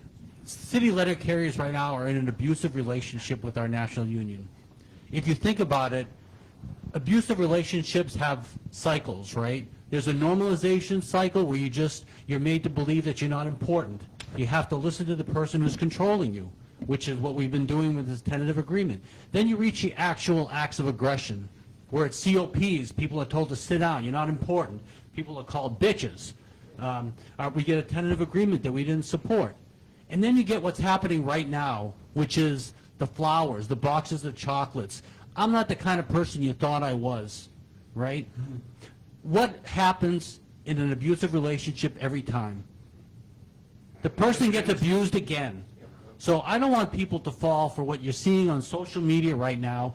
This is all Brian Renfro trying to save his ass from what he's done for the last couple of years. It's going to happen again. So people who are disillusioned and think that there's a change, that these rank and file committees are going to make a difference, this is Brian Renfro trying to bail water out of the boat. It's not going to work.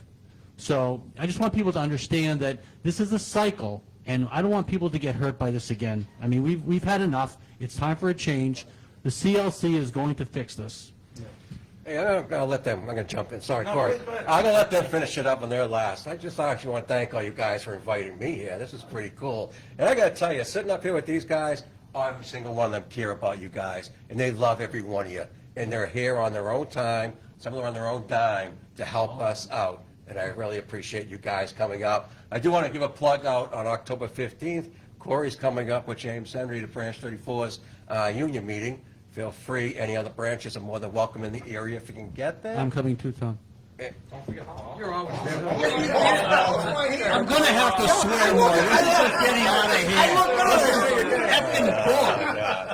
hand. And thank you. And hopefully that night there might be a big announcement. So thanks, guys. I'm just going to talk about what they talked about. You got to love the city letter carrier. You've got to love the city letter carrier.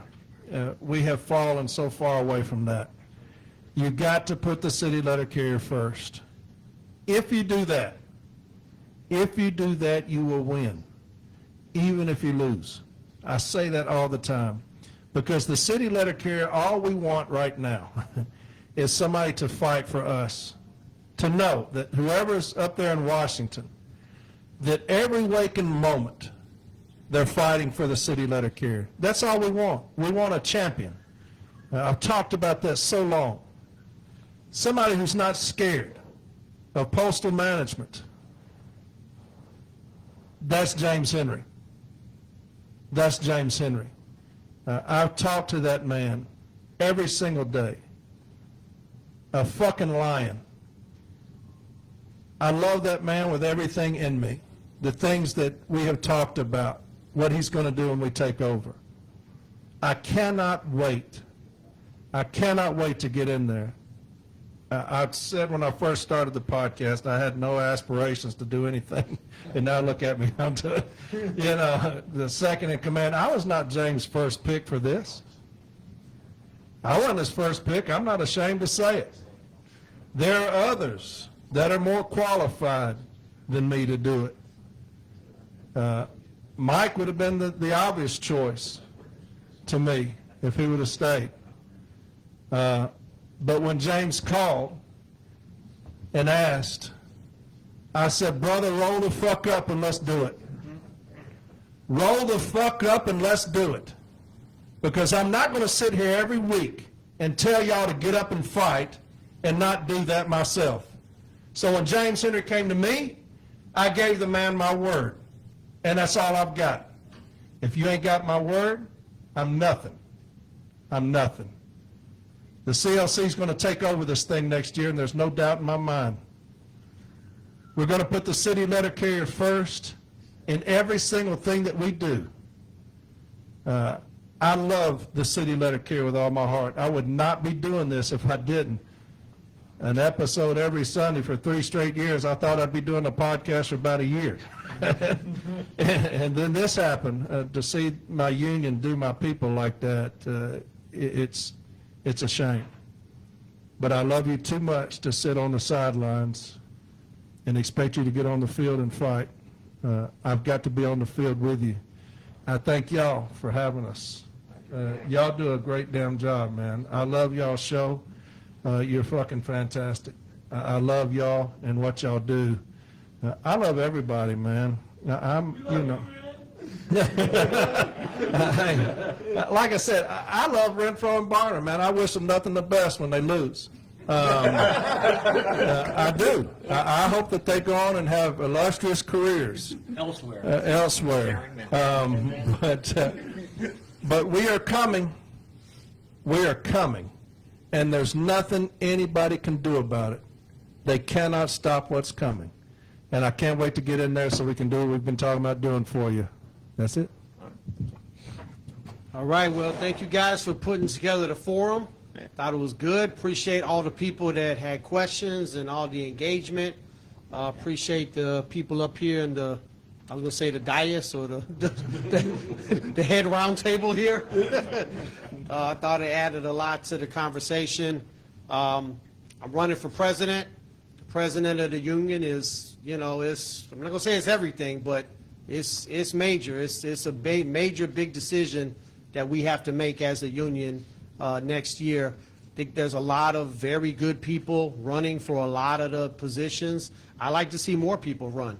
I like to see those candidates get out there, put themselves out in front of the membership, and let the membership pick the leaders that they want in the various different positions. I think for too long in this union, we've had a kind of like a bump-up system, or you know, you get this job, then you get this job, then you get this job, and the job of the letter carrier is, you know, 20 years in your rearview mirror, you know, by the time you're up at this executive level position within the union. And I think there is an awakening in the union, and I think we are going to make a lot of changes at the convention in 2026 next year, and when we go to vote next year in 2026. But I'm a candidate for president. If you guys want to hear from me, just talk to your branch. You know, I've been going all around the country. I'll go anywhere.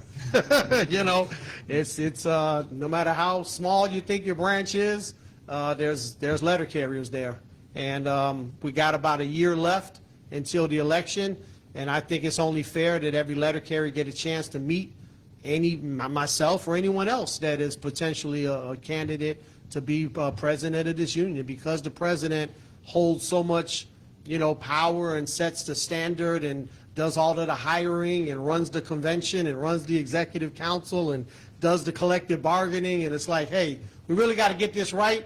Corey and I kind of messed that thing up in 2022. We recommended someone for president that, you know, we probably should not have, but hey. Hey, exactly. But we're not going to make that mistake in 2026.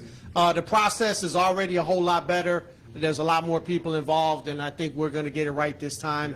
And hey, I serve the membership. So however the members want to do when you guys go to vote next year, and from here until then, I'm here for you guys. So thank you guys for having us out, and thanks for Boston. You know.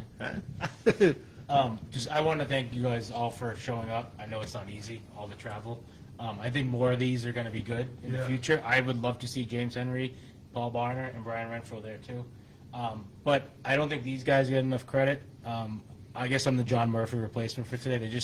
They found another Irish. Florida's a long drive. Another Irish kid to replace him. But these three do a hell of a job with their podcast. Their podcast is educational. They've hired me as their muscle. So when someone comes after them on other podcasts, that's what I'm here for. But no, seriously, these guys do a great job educating members, younger members, and I don't think they give themselves enough credit. This guy works his ass off every day. He's on a Zoom call with other people trying to figure out how to do podcasts. I talk to him more than I talk to some of my members. We are just bouncing ideas off each other on a daily basis. The commitment's there from these two, and I wanted to give these two a shout out, because I don't think the three of them and these two get enough credit. So. Thank you very much. All right. All right.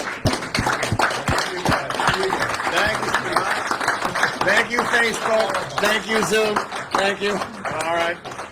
All right. So we got the room till 11:45. If everyone wants to get we can get beer here, right? Is it? All right, cool. All right. Otherwise, it's in the microphone, but that's what I'm doing. It's been a long day. All right, that's it. All right. Good night, everyone. Thank you. Oh, man. All right.